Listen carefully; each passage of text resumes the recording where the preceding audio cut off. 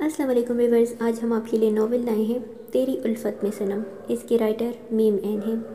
یہ teacher student بیس age difference باس hero بیس novel ہے۔ وہ وہاں ہوگی یا نہیں، یہ سوال بار بار اس کے دماغ میں آ رہا تھا۔ ٹرٹرا دینے والی سردی میں وہ صرف ایک ٹراؤزر اور ہاف بازو والی سفید شرٹ میں ساکھ جامد بیٹھا تھا۔ چہرے پر نیل واضح تھے، یوں معلوم ہوتا تھا جیسے کسی نے چہرے پر تشدد کیا ہو۔ وہ بھول جانا چاہتا تھا جو کچھ بھی کچھ دیر پہلے ہوا، پر پتہ نہیں ایسی کیا بات تھی کہ اسے اپنے دل میں ٹیسے اٹھتی محسوس ہو رہی تھی۔ پھر یکایک اس کے جامد وجود میں حرکت پیدا ہوئی۔ وہ تیزی سے اٹھا، بیڈ کے پاس پڑے اپنے موزے اور جوگرز اٹھا کر پہنے اور دروازے کی طرف لپکا۔ اسے 10 منٹ لگے تھے مطلوبہ مقام تک پہنچنے کے لیے۔ اس نے 20 منٹ کا سفر پیدل 10 منٹ میں طے کیا۔ دروازہ ویسے ہی کھلا ہوا تھا۔ وہ تیزی سے اندر کی طرف لپکا۔ وہ وہی تھی جہاں وہ اسے جاتے ہوئے دیکھ کر گیا تھا۔ وہ کرسی کے پاس اوندے منہ پڑی ہوئی تھی۔ وہ اس کے پاس گیا اور اس کا رخ پلٹا۔ خون کی ایک لکیر اس کے ماتھے سے ہوتے ہوئے گردن تک آئی ہوئی تھی جو کہ سوکھ چکی تھی۔ اس نے پاس پڑی اس کی چادر اٹھائی اور اسے اڑا دی۔ وہ گھر سے لے کر یہاں آنے تک یہ سوچتا آیا تھا کہ وہ وہاں ہوگی یا نہیں، پر یہ خیال اسے ایک دفعہ بھی نہیں آیا تھا کہ اگر وہ وہاں ہوئی تو وہ کیا کرے گا۔ اس نے آہستگی سے اسے باہوں میں بھرا اور وہاں سے نکل آیا۔ گھر پہنچ کر اسے نرمی سے بستر پر لٹا دیا اور پھر فون نکال کر ایک نمبر ڈائل کیا۔ یار عائشی، اب کیا ہوگا؟ مجھے بہت ٹینشن ہو رہی ہے۔ امی کی صحت دن بدن گرتی جا رہی ہے۔ ڈاکٹر نے بولا ہے کہ انہیں ہسپتال داخل کروانا پڑے گا۔ میرے پاس پیسے بھی بہت کم رہ گئے ہیں، بس دعا کرو جلدی سے کوئی جاب مل جائے۔ وہ اپنے سامنے موجود اپنی دوست عائشہ سے کہہ رہی تھی۔ اس وقت وہ عائشہ کے بہت اصرار پر اسے ملنے ریسٹورنٹ آئی تھی۔ وہ دونوں باتوں میں مگن تھیں، اس بات سے بے خبر کہ ایک اور وجود ان کی باتوں سے فیضیاب ہو رہا ہے۔ مستقیم فارس اپنے ایک دوست سے ملنے ریسٹورنٹ آیا تھا۔ ان دونوں کی گفتگو اس کے کانوں تک بھی پہنچ رہی تھی۔ وہ نہ چاہتے ہوئے بھی ان کی آوازوں کی طرف متوجہ ہو گیا۔ عائشی، اگر امی کو کچھ ہو گیا تو میں کیا کروں گی؟ لاکھ ضبط کے باوجود اس کی آواز پر آ گئی تھی اور آنکھوں میں آنسو آ گئے تھے۔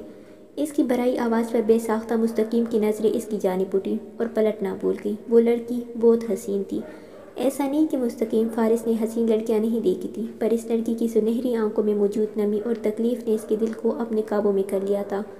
وہ سفید لباس میں ملبوس تھی اور دوپٹہ سر پر اڑا ہوا تھا۔ مستقیم کو وہ لڑکی بہت پاک لگی۔ ابھی وہ اسی میں گم تھا جب موبائل کی آواز نے اسے متوجہ کیا۔ اس کے جگری دوست کی کال تھی جو کہ آنے سے معذرت کر رہا تھا اور ایک ایمرجنسی کا بتا کر اسے فوری طور پر بلا رہا تھا۔ مستقیم نے نہ چاہتے ہوئے بھی اس پر سے نظریں ہٹائی اور وہاں سے نکل آیا۔ وہ دعا حیدر تھی، لاکھوں منتوں مرادوں کے بعد پیدا ہونے والی اپنے والدین کی اکلوتی اولاد۔ حیدر عباس ایک بینک میں ملازمت کرتے تھے۔ ان کی اہلیہ سارا بیگم ان کی محبوب بیوی تھی۔ کالج کے زمانے سے دونوں ایک دوسرے کو پسند کرتے تھے۔ حیدر صاحب نے والدین کو اپنی پسند کے بارے میں بتایا تو وہ بغیر کسی اعتراض کے خوشی خوشی سارا بیگم کا ہاتھ مانگنے چلے گئے اور وہاں سے بھی مثبت جواب ملا۔ یوں بغیر کسی رکاوٹ کے ان کی محبت کو منزل مل گئی۔ حیدر عباس کے ایک ہی بڑے بھائی تھے، کریم عباس۔ ان کی اہلیہ شگفتہ بیگم ایک تلخ مزاج خاتون تھی اور سارا بیگم سے شروع سے ہی خار کھاتی تھی۔ دعا کی پیدائش سے 1 سال قبل ہی انہوں نے ایک بچی کو جنم دیا۔ دعا کی پیدائش کے بعد یہ نفرت اور بھی بڑھ گئی تھی کیونکہ ان کی بیٹی سونیا خوبصورتی میں دعا سے بہت کم تھی۔ دونوں بھائی ایک ہی گھر کے الگ الگ پورشنز میں رہتے تھے۔ خادم حسین فاتح اٹھا نہیں ابھی تک؟ ابراہیم خان نے اپنے ملازم سے پوچھا۔ وہ جانتے بھی تھے کہ آگے سے کیا جواب ملنے والا ہے، پر پھر بھی دل کے ہاتھوں مجبور ہو کر پوچھ بیٹھے۔ ارے ابراہیم، آپ جانتے ہیں نا کہ وہ نہیں آئے گا، وہ بہت نفرت کرتا ہے مجھ سے۔ آئی ایم سوری ابراہیم، میری وجہ سے آپ کا بیٹا آپ سے دور ہو گیا، وہ آنکھوں میں آنسو لیے ان سے کہہ رہی تھی۔ پلیز فائقہ، ایسے مت پریشان ہو آپ، مجھے بالکل بھی اچھا نہیں لگتا آپ کا ایک بے بنیاد بات پر پریشان ہونا۔ وہ آپ کی وجہ سے نہیں بلکہ میری لاپرواہیوں کی وجہ سے دور ہوا ہے مجھ سے، وہ نادم نظر آتے تھے۔ اتنے میں وہ سیڑھیوں سے اترتا دکھائی دیا، بلیک پینٹ شرٹ اور بلیک ہی ہوڈ والی جیکٹ، بلیک ہی شوز پہنے، ایک ہاتھ میں سن گلاسز اور گاڑی کی چابی پکڑے، چہرے پر سرد تاثرات سجائے، بغیر ان پر ایک نگاہ ڈالے وہ باہر کی طرف بڑھ گیا۔ پیچھے ابراہیم خان ایک سرد آہ بھر کر رہ گئے۔ ماما کہاں ہیں آپ؟ وہ سارا بیگم کو آواز دیتی ہوئی نیچے آ رہی تھی۔ کیا ہوا اب دعا بیٹا، رزلٹ شو ہو گیا کیا؟ وہ دعا سے پوچھنے لگی۔ جی ماما، اور آپ کو پتہ ہے میں فرسٹ ڈویژن میں پاس ہوئی ہوں۔ وہ خوشی سے دمکتے چہرے کے ساتھ انہیں بتانے لگی۔ آج اس کا میٹرک کا رزلٹ تھا جس میں ہمیشہ کی طرح وہ شاندار کامیابی حاصل کر چکی تھی۔ ماشاءاللہ، مجھے یقین تھا کہ میری بیٹی ہمیشہ کی طرح شاندار کامیابی حاصل کرے گی۔ وہ دعا کا ماتھا چومتے ہوئے بولی اور ان کو اپنے ساتھ لگائی لاؤنج میں لے آئی۔ تبھی دروازے کی گھنٹی سنائی دی۔ میں دیکھتی ہوں ماما، آپ یہاں ہی رکے۔ وہ دروازہ کھولنے کے لیے بھاگی۔ دروازہ کھولا تو سامنے ہی حیدر صاحب کو دیکھتے وہ خوشی سے چیخی، ان کی باہوں میں سما گئی۔ پاپا، آپ کو پتہ ہے میں فرسٹ ڈویژن میں پاس ہوئی ہوں۔ وہ خوشی سے چہچہا رہی تھی۔ میری گڑیا ہے ہی بہت جینیس، مجھے پہلے ہی پتا تھا میری گڑیا کا رزلٹ بہت اچھا آئے گا۔ چلو اسی خوشی میں آج لنچ باہر کریں گے ہم، جلدی سے ریڈی ہو جاؤ آپ۔ وہ پھر سے ان کا ماتھا چوم کر کمرے کی طرف بڑھ گئے۔ آئی چکنی چمیلی، منہ میں پان ڈالے اپنی پٹی اسپیکر جیسی آواز میں وہ گانے کا ستیہ ناش کرنے میں مصروف تھا، جب اس کی نظر سامنے سے آتی اس حسینہ پر پڑی۔ وہ پان تھوکتا اس کی جانب بڑھا اور اپنی گندی نظریں اس کے وجود پر ٹکا دی۔ حریم کی نظر جیسے ہی اس پر پڑی، اس نے اپنے قدموں کی رفتار تیز کر لی۔ ارے میری رانی، اتنی جلدی کس بات کی ہے؟ اپنے اس حسین چہرے کا صحیح سے دیدار تو کرواتی جاؤ، ویسے اس گلابی لباس میں تو ستم ڈھا رہی ہو۔ اس کی ساری بکواس سن کر حریم کا چہرہ غصے اور ضد سے سرخ پڑ گیا۔ بشیر بھائی پلیز راستہ چھوڑ دے میرا، وہ نظریں نیچے رکھ کر بہت ضد سے بولی۔ ارے میری بلبل، ابھی وہ اپنا جملہ مکمل نہیں کر پایا تھا جب اس کا چھوٹا بیٹا اسے پکارتا اس کی طرف بھاگا چلا آ رہا تھا۔ وہ اپنی ماں کا پیغام لے کر آیا تھا۔ بشیر بوکھلا کر تیزی سے اس کے ساتھ اپنے گھر کی طرف بڑھ گیا۔ حریم نے انگلیوں کے پیورے سے اپنی سنہری آنکھوں میں موجود نمی کو صاف کیا اور آسمان کی طرف منہ کر کے دل میں اپنے رب کا شکر ادا کیا، جس نے اس مصیبت سے آج پھر اس کی جان چھڑا دی تھی۔ اس نے ایک بے بس سانس خارج کی اور گھر میں داخل ہو گئی۔ آج دعا کا کالج میں پہلا دن تھا اور وہ بہت نروس تھی۔ وجہ یہ تھی کہ وہ ہمیشہ گرلز اسکول میں پڑھی تھی، میٹرک تک، پر اب پری میڈیکل کے لیے حیدر صاحب کو جو کالج پسند آیا تھا وہاں کو ایجوکیشن سسٹم تھا۔ دعا نے تو انکار کر دیا تھا کہ وہ اس کالج میں نہیں پڑھے گی بلکہ کسی گرلز کالج میں ہی ایڈمیشن لے لے گی، پر اپنے ماں باپ دونوں کے اصرار پر اسے اسی کالج میں ایڈمیشن لینا پڑا۔ وہ بہت چھوٹے اور نازک دل کی مالک تھی، بہت ہی معصوم تھی، بچپن سے صرف ماں باپ کے سائے میں ہی رہی تھی۔ ننیال تانہی اور دادا دادی کے انتقال کے بعد ددیال میں بھی صرف ایک تایا ہی رہ گئے تھے، جن کو نہ تو چھوٹے بھائی سے پیار تھا اور نہ ہی اس کی اولاد سے۔ باپ کی وراثت سے حصہ لے کر الگ ہو گئے اور اب اپنے حال میں خوش تھے۔ اسی لیے دعا نے ہمیشہ اپنے ماں باپ کو ہی دیکھا اور ان کا پیار ہی حاصل کیا۔ وہ اکلوتی تھی اور بہت لاڈلی بھی، اس کے لیے اس کے ماں باپ ہی اس کی کل کائنات تھے۔ وہ گراؤنڈ میں پریشان سی کھڑی تھی۔ حیدر صاحب اسے کالج کے باہر ڈراپ کر کے گئے تھے۔ وہ بہت سمجھا کے بھی گئے تھے کہ وہ پریشان نہ ہو، اگر کوئی مسئلہ ہو تو ان کو کال کر دے۔ یہ موبائل بھی انہوں نے کچھ دن پہلے ہی دلوایا تھا کیونکہ اب اسے پڑھائی کے سلسلے میں اس کی ضرورت پڑنے والی تھی۔ وہ پریشان سی ادھر ادھر دیکھ رہی جب اس کے پاس ایک لڑکی آئی۔ ہیلو پریٹی گرل، کیا ہوا؟ اتنی پریشان کیوں ہو اور یہاں کیوں کھڑی ہو؟ وہ دعا کی ہی ایج فیلو تھی۔ وہ بہت فرینکلی دعا سے بات کر رہی تھی۔ اس کا پوچھنا ہی تھا کہ دعا نے رونا سٹارٹ کر دیا۔ ارے کیا ہو گیا یار، کیوں رو رہی ہو؟ کسی نے کچھ کہا ہے کیا؟ مجھے کچھ بتاؤ تو صحیح۔ دعا کے رونے پر وہ خود پریشان ہو گئی تھی۔ نہیں، میرا فرسٹ ڈے ہے، مجھے کلاس بھی نہیں مل رہی، وہ روتے ہوئے ہی اس لڑکی کو بتا رہی تھی۔ اوف پاگل لڑکی، مجھے بھی ڈرا دیا۔ میں سمجھی پتہ نہیں کیا ہو گیا جو یہ پیاری سی لڑکی ایسے رو رہی ہے۔ میرا نام امایا ہے، تم مجھے امی بھی بول سکتی ہو۔ چلو اب اپنا نام بتاؤ جلدی سے، پھر تمہاری کلاس بھی ڈھونڈتے ہیں۔ دعا کو بھی وہ لڑکی بہت اچھی لگی۔ میرا نام دعا حیدر ہے اور میں نے FSC پری میڈیکل میں ایڈمیشن لیا ہے۔ ارے واہ، تمہارا نام تو بہت پیارا ہے، بالکل تمہاری طرح۔ اور مزے کی بات بتاؤ، میرا بھی یہی سیکشن اور بیچ ہے۔ اس کا مطلب یہ کہ ہم دونوں کلاس فیلوز ہیں۔ دعا کو بہت خوشی ہوئی یہ سن کر کہ وہ اس کی کلاس فیلو ہے۔ کم از کم کوئی ایسا تو ملا جو اس سے اچھے سے بات کر رہا تھا اور وہ بھی اس سے اپنی پرابلمز ڈسکس کر سکتی تھی۔ پھر امایا نے دعا کا ہاتھ تھاما اور اسی لیے کلاس کی جانب بڑھ گئی۔ ابراہیم خان اپنے روم میں راکنگ چیئر پر بیٹھے ایک کتاب کا مطالعہ کر رہے تھے جب انہیں اوپر سے شور سنائی دیا جیسے کوئی چیخ رہا ہو۔ انہوں نے کتاب رکھی اور جلدی سے اوپر کی طرف قدم بڑھائے۔ یہ آواز فاتح کے کمرے سے آ رہی تھی۔ دروازہ کھلا ہوا تھا اور فائقہ بیگم فاتح کے پاس سر جھکا کر کھڑی تھی اور وہ چیزیں اٹھا کر پھینک رہا تھا اور چیخ رہا تھا۔ یہ کیا ہو رہا ہے یہاں؟ فائقہ، آپ کیوں رو رہی ہیں؟ اور فاتح، تم یہ کیا کر رہے ہو؟ یہ کمرے کا کیا حشر کیا ہے اور ایسے چیخ کیوں رہے ہو؟ وہ پہلے فائقہ بیگم اور پھر فاتح سے استفسار کرنے لگی۔ میں نے کہا تھا نا کہ اپنی بیوی سے کہیں کہ میرے معاملات سے دور رہیں، اور ان کی ہمت کیسے ہوئی میرے کمرے میں آ کر میری ماں کی چیزوں کو ہاتھ لگانے کی؟ اٹس انف ڈیٹ، میں اب ایک سیکنڈ بھی یہ سب برداشت نہیں کر سکتا۔ میں اپنی ماں کی یادوں کو لے کر جا رہا ہوں یہاں سے۔ آپ اور آپ کی مسز یہیں پر سکون سے رہیں۔ اس نے بیگ اٹھایا اور وہاں سے نکلنے لگا۔ رک جاؤ فاتح، بات تو سنو۔ کہاں جاؤ گے تم؟ کیسے سروائیو کرو گے؟ میں جہاں بھی جاؤں آپ کو اس بات سے کوئی کنسرن نہیں ہونا چاہیے، اور جیسے تیسے میں اپنا بندوبست کر لوں گا، آپ کو میرے سامنے یہ فکر کا دکھاوا کرنے کی کوئی ضرورت نہیں۔ وہ آخری نظر گھر پر ڈال کر اپنی گاڑی لے کر وہاں سے نکلتا چلا گیا۔ وہ جیسے ہی شکستہ قدم لیے گھر داخل ہوئی، اسے اپنی ماں کے کانسنے کی آواز سنائی دی۔ اس نے اپنی نم آنکھیں صاف کی اور اپنی ماں کے کمرے کی طرف بڑھ گئی۔ اس کی ماں کینسر جیسے موذی مرض میں مبتلا تھی، اور یہی بات حریم کی نیندیں اڑائے ہوئی تھی کہ اگر اس کی ماں کو کچھ ہو گیا تو اس تو کے آگے نہ وہ کبھی سوچ پائی اور نہ ہی سوچنا چاہتی تھی۔ اس کی ماں ہی اس کا واحد سہارا تھی، اور وہ بھی اپنی ماں کا واحد سہارا تھی۔ وہ اپنے ماں باپ کی اکلوتی اولاد تھی۔ باپ کی زندگی میں حالات پھر بھی ٹھیک تھے، اگر زیادہ اچھے نہیں تو زیادہ برے بھی نہیں تھے۔ باپ کے سائے نے زمانے کے سرد و گرم سے پناہ دے رکھی تھی، پر باپ کی آنکھیں موننے کے بعد تو زندگی جیسے عذاب بن گئی تھی۔ زمانے کی گدھ ہر وقت اکیلی جوان اور خوبصورت لڑکی کو نوچنے کے لیے تیار بیٹھے تھے۔ باپ کی موت کے بعد ماں کی بیماری نے تو جیسے حریم کی کمر ہی توڑ دی تھی، اوپر سے گھر کے مالی حالات بھی دن بدن خراب ہوتے چلے جا رہے تھے۔ وہ اپنی تعلیم بھی ادھوری چھوڑ چکی تھی۔ آج کل وہ کسی جاب کی تلاش میں تھی، جو کہ اتنی تعلیم کے ساتھ ملنا مشکل تھی۔ آج بھی وہ ایک اسکول میں ٹیچنگ کے لیے اپلائی کرنے گئی تھی، پر وہاں کے پرنسپل کی اپنی وجود پہ اٹھتی گندی نظروں سے وہ انجان نہیں تھی۔ وہاں سے بھی اٹھ کر نکل آئی، اور واپسی پر بشیر کی گھٹیا باتوں نے اسے اور بھی دل برداشتہ کر دیا تھا۔ اس نے ساری سوچوں کو دماغ سے جھٹکا اور اپنی بیمار ماں کی جانب متوجہ ہو گئی۔ وہ گھر سے نکل کر سیدھا اپنے فلیٹ پر آ گیا تھا۔ اس نے مستقیم کو بھی یہاں ہی بلا لیا تھا۔ وہ اس کا جگری یار تھا، اس کا رازدان، اس کے دکھ درد کا ساتھی۔ وہ اس کی زندگی کے ہر پہلو سے واقف تھا۔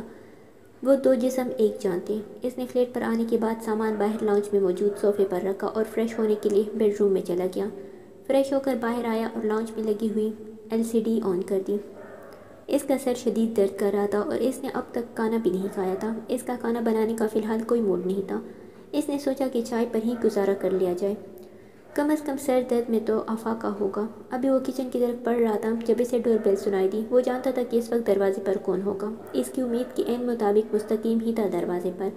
فاتح نے دروازہ کھلا ہی چھوڑ دیا اور خود پھر کچن کی طرف بڑھ گیا۔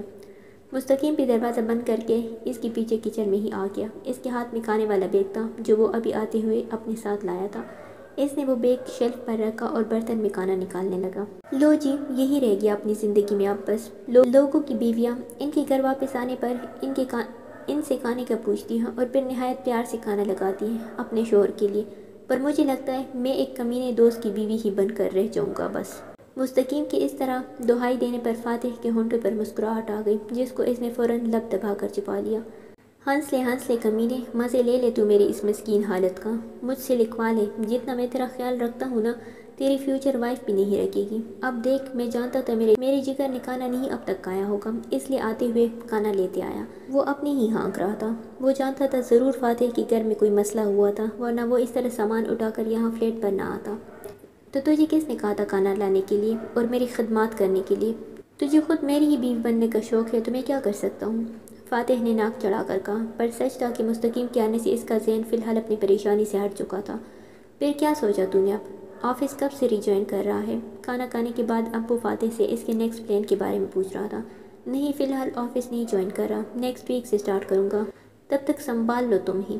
دانیال انکل کی کال آئی تھی آج۔ ان کے کالج کی ایک ٹیچر کی ڈیتھ ہو گئی ہے، فی الحال کسی ٹیچر کی ضرورت ہے انہیں۔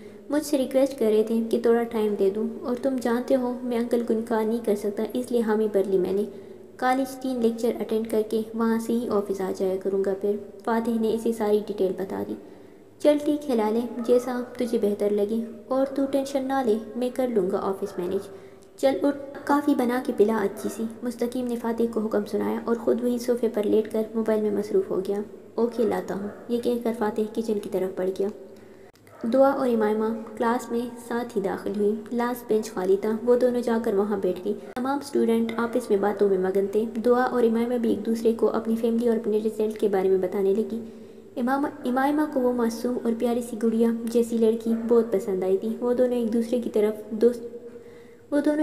کی طرف دوستی کا ہاتھ بڑھا چکی تھی۔ یہ آغاز تھا دعا حیدر اور امائمہ حسن کی دوستی کا۔ امائمہ بہت کانفیڈنٹ لڑکی تھی اور دعا اس کے بالکل برعکس۔ دعا بچپن سے بس ماں باپ کی چاؤ میں رہی تھی، اس کی اسکول میں بھی کوئی دوست نہیں تھی۔ امائمہ حسن اس کی پہلی دوست تھی، وہ پہلی لڑکی جسے دعا حیدر نے دوستی کا شرف بخشا تھا۔ ابھی وہ سب باتوں میں مصروف تھے جب پرنسپل سر فاتح کے ساتھ کلاس میں داخل ہوئے۔ انہوں نے اسٹوڈنٹس کو کالج میں ویلکم کرنے کے بعد ان سے فاتح کا تعارف کروایا۔ اس کے بعد پرنسپل سر وہاں سے روانہ ہو گئے تو فاتح کلاس کی طرف متوجہ ہوا۔ السلام علیکم اسٹوڈنٹس، مائی نیم از فاتح ابراہیم Khan. I did my MBA 3 years ago now. I am here to teach you physics. Now stand up one by one and introduce yourself. اس کے چپ ہوتے ہی ایک سحر تھا جو ٹوٹا تھا۔ اس کی پرسنالٹی کی بات، اس کے بولنے کا انداز ساحرانہ تھا۔ اس کے کہنے پر سب اسٹوڈنٹس باری باری کھڑے ہو کر اپنا تعارف کروانے لگے۔ ارے یار دعا، سر کتنے ہینڈسم ہے نا یار، بالکل ٹرکش ہیروز کی طرح۔ وہ دعا کی کان کے قریب جھک کر بولی، لیکن دعا نے جواب نہ دیا۔ وہ نوٹ بک پر جھک کر کچھ لکھنے میں مصروف تھی۔ اتنے میں امائمہ کی باری آئی تو اس نے بھی کھڑے ہو کر اپنا انٹروڈکشن کروایا۔ اس کے بعد اب فاتح اگلے اسٹوڈنٹ کے بولنے کا انتظار کر رہا تھا۔ وہ لڑکی جھک کر کچھ لکھنے میں مصروف تھی۔ اس کا چہرہ نہیں نظر آ رہا تھا اس طرح، صرف سفید مومی ہاتھ ہی نظر آ رہے تھے جو تیزی سے کچھ لکھنے میں مصروف تھی۔ امائمہ نے اس کو بازو سے پکڑ کر ہوش دلایا اور اس کا دھیان سر کی طرف کروایا۔ اس نے جیسے ہی سر اٹھایا، اس کی کانسی نیلی آنکھیں فاتح کی بوری آنکھوں سے ٹکرائی تھی۔ اس کے چہرے پر پڑنے والی پہلی نظر ہی فاتح ابراہیم خان کا چین وین سب لے اڑی تھی۔ پل بھر میں ہی فاتح ابراہیم کا دل لٹنے کو تیار ہوا تھا۔ وہ معصومیت کا پیکر تھی اور حسین تھی، بہت حسین، بالکل کسی شاعر کی غزل کی جیسی، شبنم کے پہلے قطرے کی جیسی، پاک اور شفاف۔ فاتح ابراہیم کا دل ڈولنے لگا تھا اسے دیکھ کر۔ اگر کوئی اس وقت فاتح ابراہیم سے پوچھتا کہ دنیا کا سب سے خوبصورت منظر کون سا ہے تو وہ آنکھیں بند کر کے ایک لمحے سے پہلے جواب دے دیتا، دعا حیدر کے چہرے پر پڑنے والی پہلی نظر۔ اور یہ پہلی نظر ہی فاتح ابراہیم کو لے ڈوبی تھی۔ دل کو بڑی مشکل سے آمادہ کر پایا تھا وہ اس کے چہرے سے نظر ہٹانے سے۔ دعا نے جلدی سے اپنا نام بتایا اور واپس بیٹھ گئی۔ وہ آج پھر ایک دفعہ اپنی قسمت آزمانے نکلی تھی۔ اس نے ایک کمپنی کا ایڈ دیکھا تھا جہاں اسٹاف کی اشد ضرورت تھی۔ وہ جانتی تھی کہ اس کی تعلیم ناکافی ہے اس پوسٹ کے لیے، لیکن پھر بھی وہ اپنے دل کی آواز پر لبیک کہتے ہوئے اللہ کا نام لے کر گھر سے نکل پڑی تھی۔ اس کے پرس میں اس وقت صرف 200 روپے تھے۔ آفس اس کے گھر سے پیدل 25 منٹ کی مسافت پر ہی واقع تھا۔ اس نے سوچا کہ پیدل ہی آفس پہنچ جائے گی، کم از کم آٹو کے پیسے تو بچیں گے ہی نا۔ اس سوچ کو لے کر وہ جلدی ہی گھر سے نکل آئی تھی کہ وقت سے پہلے ہی وہ آفس پہنچ جائے۔ اسے کل رات سے بخار تھا اور اب تو جسم بے جان ہوتا ہوا محسوس ہو رہا تھا۔ نقاہت کی وجہ سے سر بار بار چکرا رہا تھا، پر وہ ہمت سے کام لیتے ہوئے سڑک پر پاؤں گھسیٹتی چلتی جا رہی تھی۔ اپنی بے دہانی میں اسے پتہ ہی نہیں چلا کہ وہ سڑک کے درمیان میں آ چکی ہے۔ گاڑی کے ٹائر چرچرانے کی آواز نے اسے ہوش کی دنیا میں لاپٹ کھا تھا۔ اس نے بے ساختہ ہی قدم پیچھے لے جانا چاہے، پر تب تک وہ گاڑی اسے ٹکر لگا چکی تھی۔ مستقیم جو اچانک ایک لڑکی کو گاڑی کے سامنے آتا دیکھ کر بریک لگا چکا تھا، اسے نیچے گرتا دیکھ کر جلدی سے گاڑی سے نکل کر اس کی طرف لپکا۔ وہ لڑکی سفید چادر میں ملبوس تھی۔ مستقیم اسے آوازیں دینے ہی والا تھا جب اس نے چہرہ اٹھا کر اس کی طرف دیکھا۔ مستقیم حریم کو یوں اس طرح اس حالت میں اپنے سامنے دیکھ کر حیران ہونے کے ساتھ ساتھ پریشان بھی ہو چکا تھا۔ وہ شکل صحیح نہیں ڈال لگ رہی تھی، چہرے کی شادابی تو جیسے کہیں کو ہی گئی تھی۔ حریم نے اٹھنا چاہا، پر بخار کی نقاہت اور کوہنی پر لگنے والی چوٹ نے جیسے ہمت ہی چھین لی تھی۔ بے بسی سے اس کی آنکھوں سے آنسو نکل پڑے۔ ادھر مستقیم اس کے آنسو دیکھ کر بے چین ہو اٹھا تھا۔ اس نے بے ساختہ ہی اسے سہارا دے کر اٹھایا اور گاڑی کا فرنٹ ڈور کھول کر اسے اندر بٹھایا۔ اس نے دروازہ یوں ہی کھلا چھوڑ دیا اور ڈیش بورڈ سے پانی کی بوتل پکڑ کر اس کا ڈھکن کھول کر حریم کو پکڑا دی۔ وہ مسلسل رو رہی تھی۔ مستقیم کو مزید ٹینشن ہونے لگی، شاید اس لڑکی کو زیادہ چوٹ لگ گئی ہو۔ یہ سوچ کر اس نے حریم کو مخاطب کیا، ایکسکیوز می مس، آپ کو زیادہ چوٹ تو نہیں لگی؟ پلیز آپ رونا بند کریں اور مجھے بتائیں کہاں چوٹ لگی ہے آپ کو؟ وہ بہت نرمی سے حریم سے پوچھ رہا تھا۔ یہاں، حریم نے کوہنی سے کپڑا ہٹا کر زخم کی طرف اشارہ کرتے ہوئے بتایا۔ اسے واقعی زیادہ چوٹ آئی تھی، کوہنی سے جلد پٹ چکی تھی اور خون بہہ رہا تھا۔ مستقیم نے جلدی سے اپنے کوٹ کی جیب سے رومال نکالا اور اس کے زخم پر رکھ کر ہاتھ پیچھے کر لیا۔ آپ زخم پر رومال دبا کر رکھیں تاکہ زیادہ بلیڈنگ نہ ہو، ہم ابھی کسی کلینک سے پٹی کروا لیتے ہیں۔ مستقیم نے اس کی سائڈ کا دروازہ بند کر دیا اور ڈرائیونگ سیٹ کی طرف بڑھ گیا۔ وہ اس کو منع کرنا چاہتی تھی، پر نہ جانے کیوں ایسا نہ کر پائی اور سیٹ کے ساتھ سر ٹکا کر آنکھیں موند گئی۔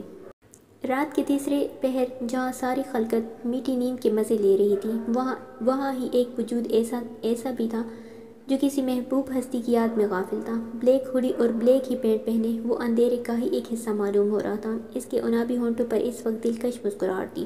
تمہیں سوچ کر جو آتی ہے وہ مسکراہٹ کمال کی ہوتی ہے۔ اس کے خیالوں پر اس وقت ایک پری پیکر کا بسیرا تھا۔ اس کی یاد ہی باعث سکون تھی۔ وہ اس سے میلوں دور تھی، پر ایسا محسوس ہو رہا تھا اسے جیسے وہ یہی کہیں آس پاس ہی ہو۔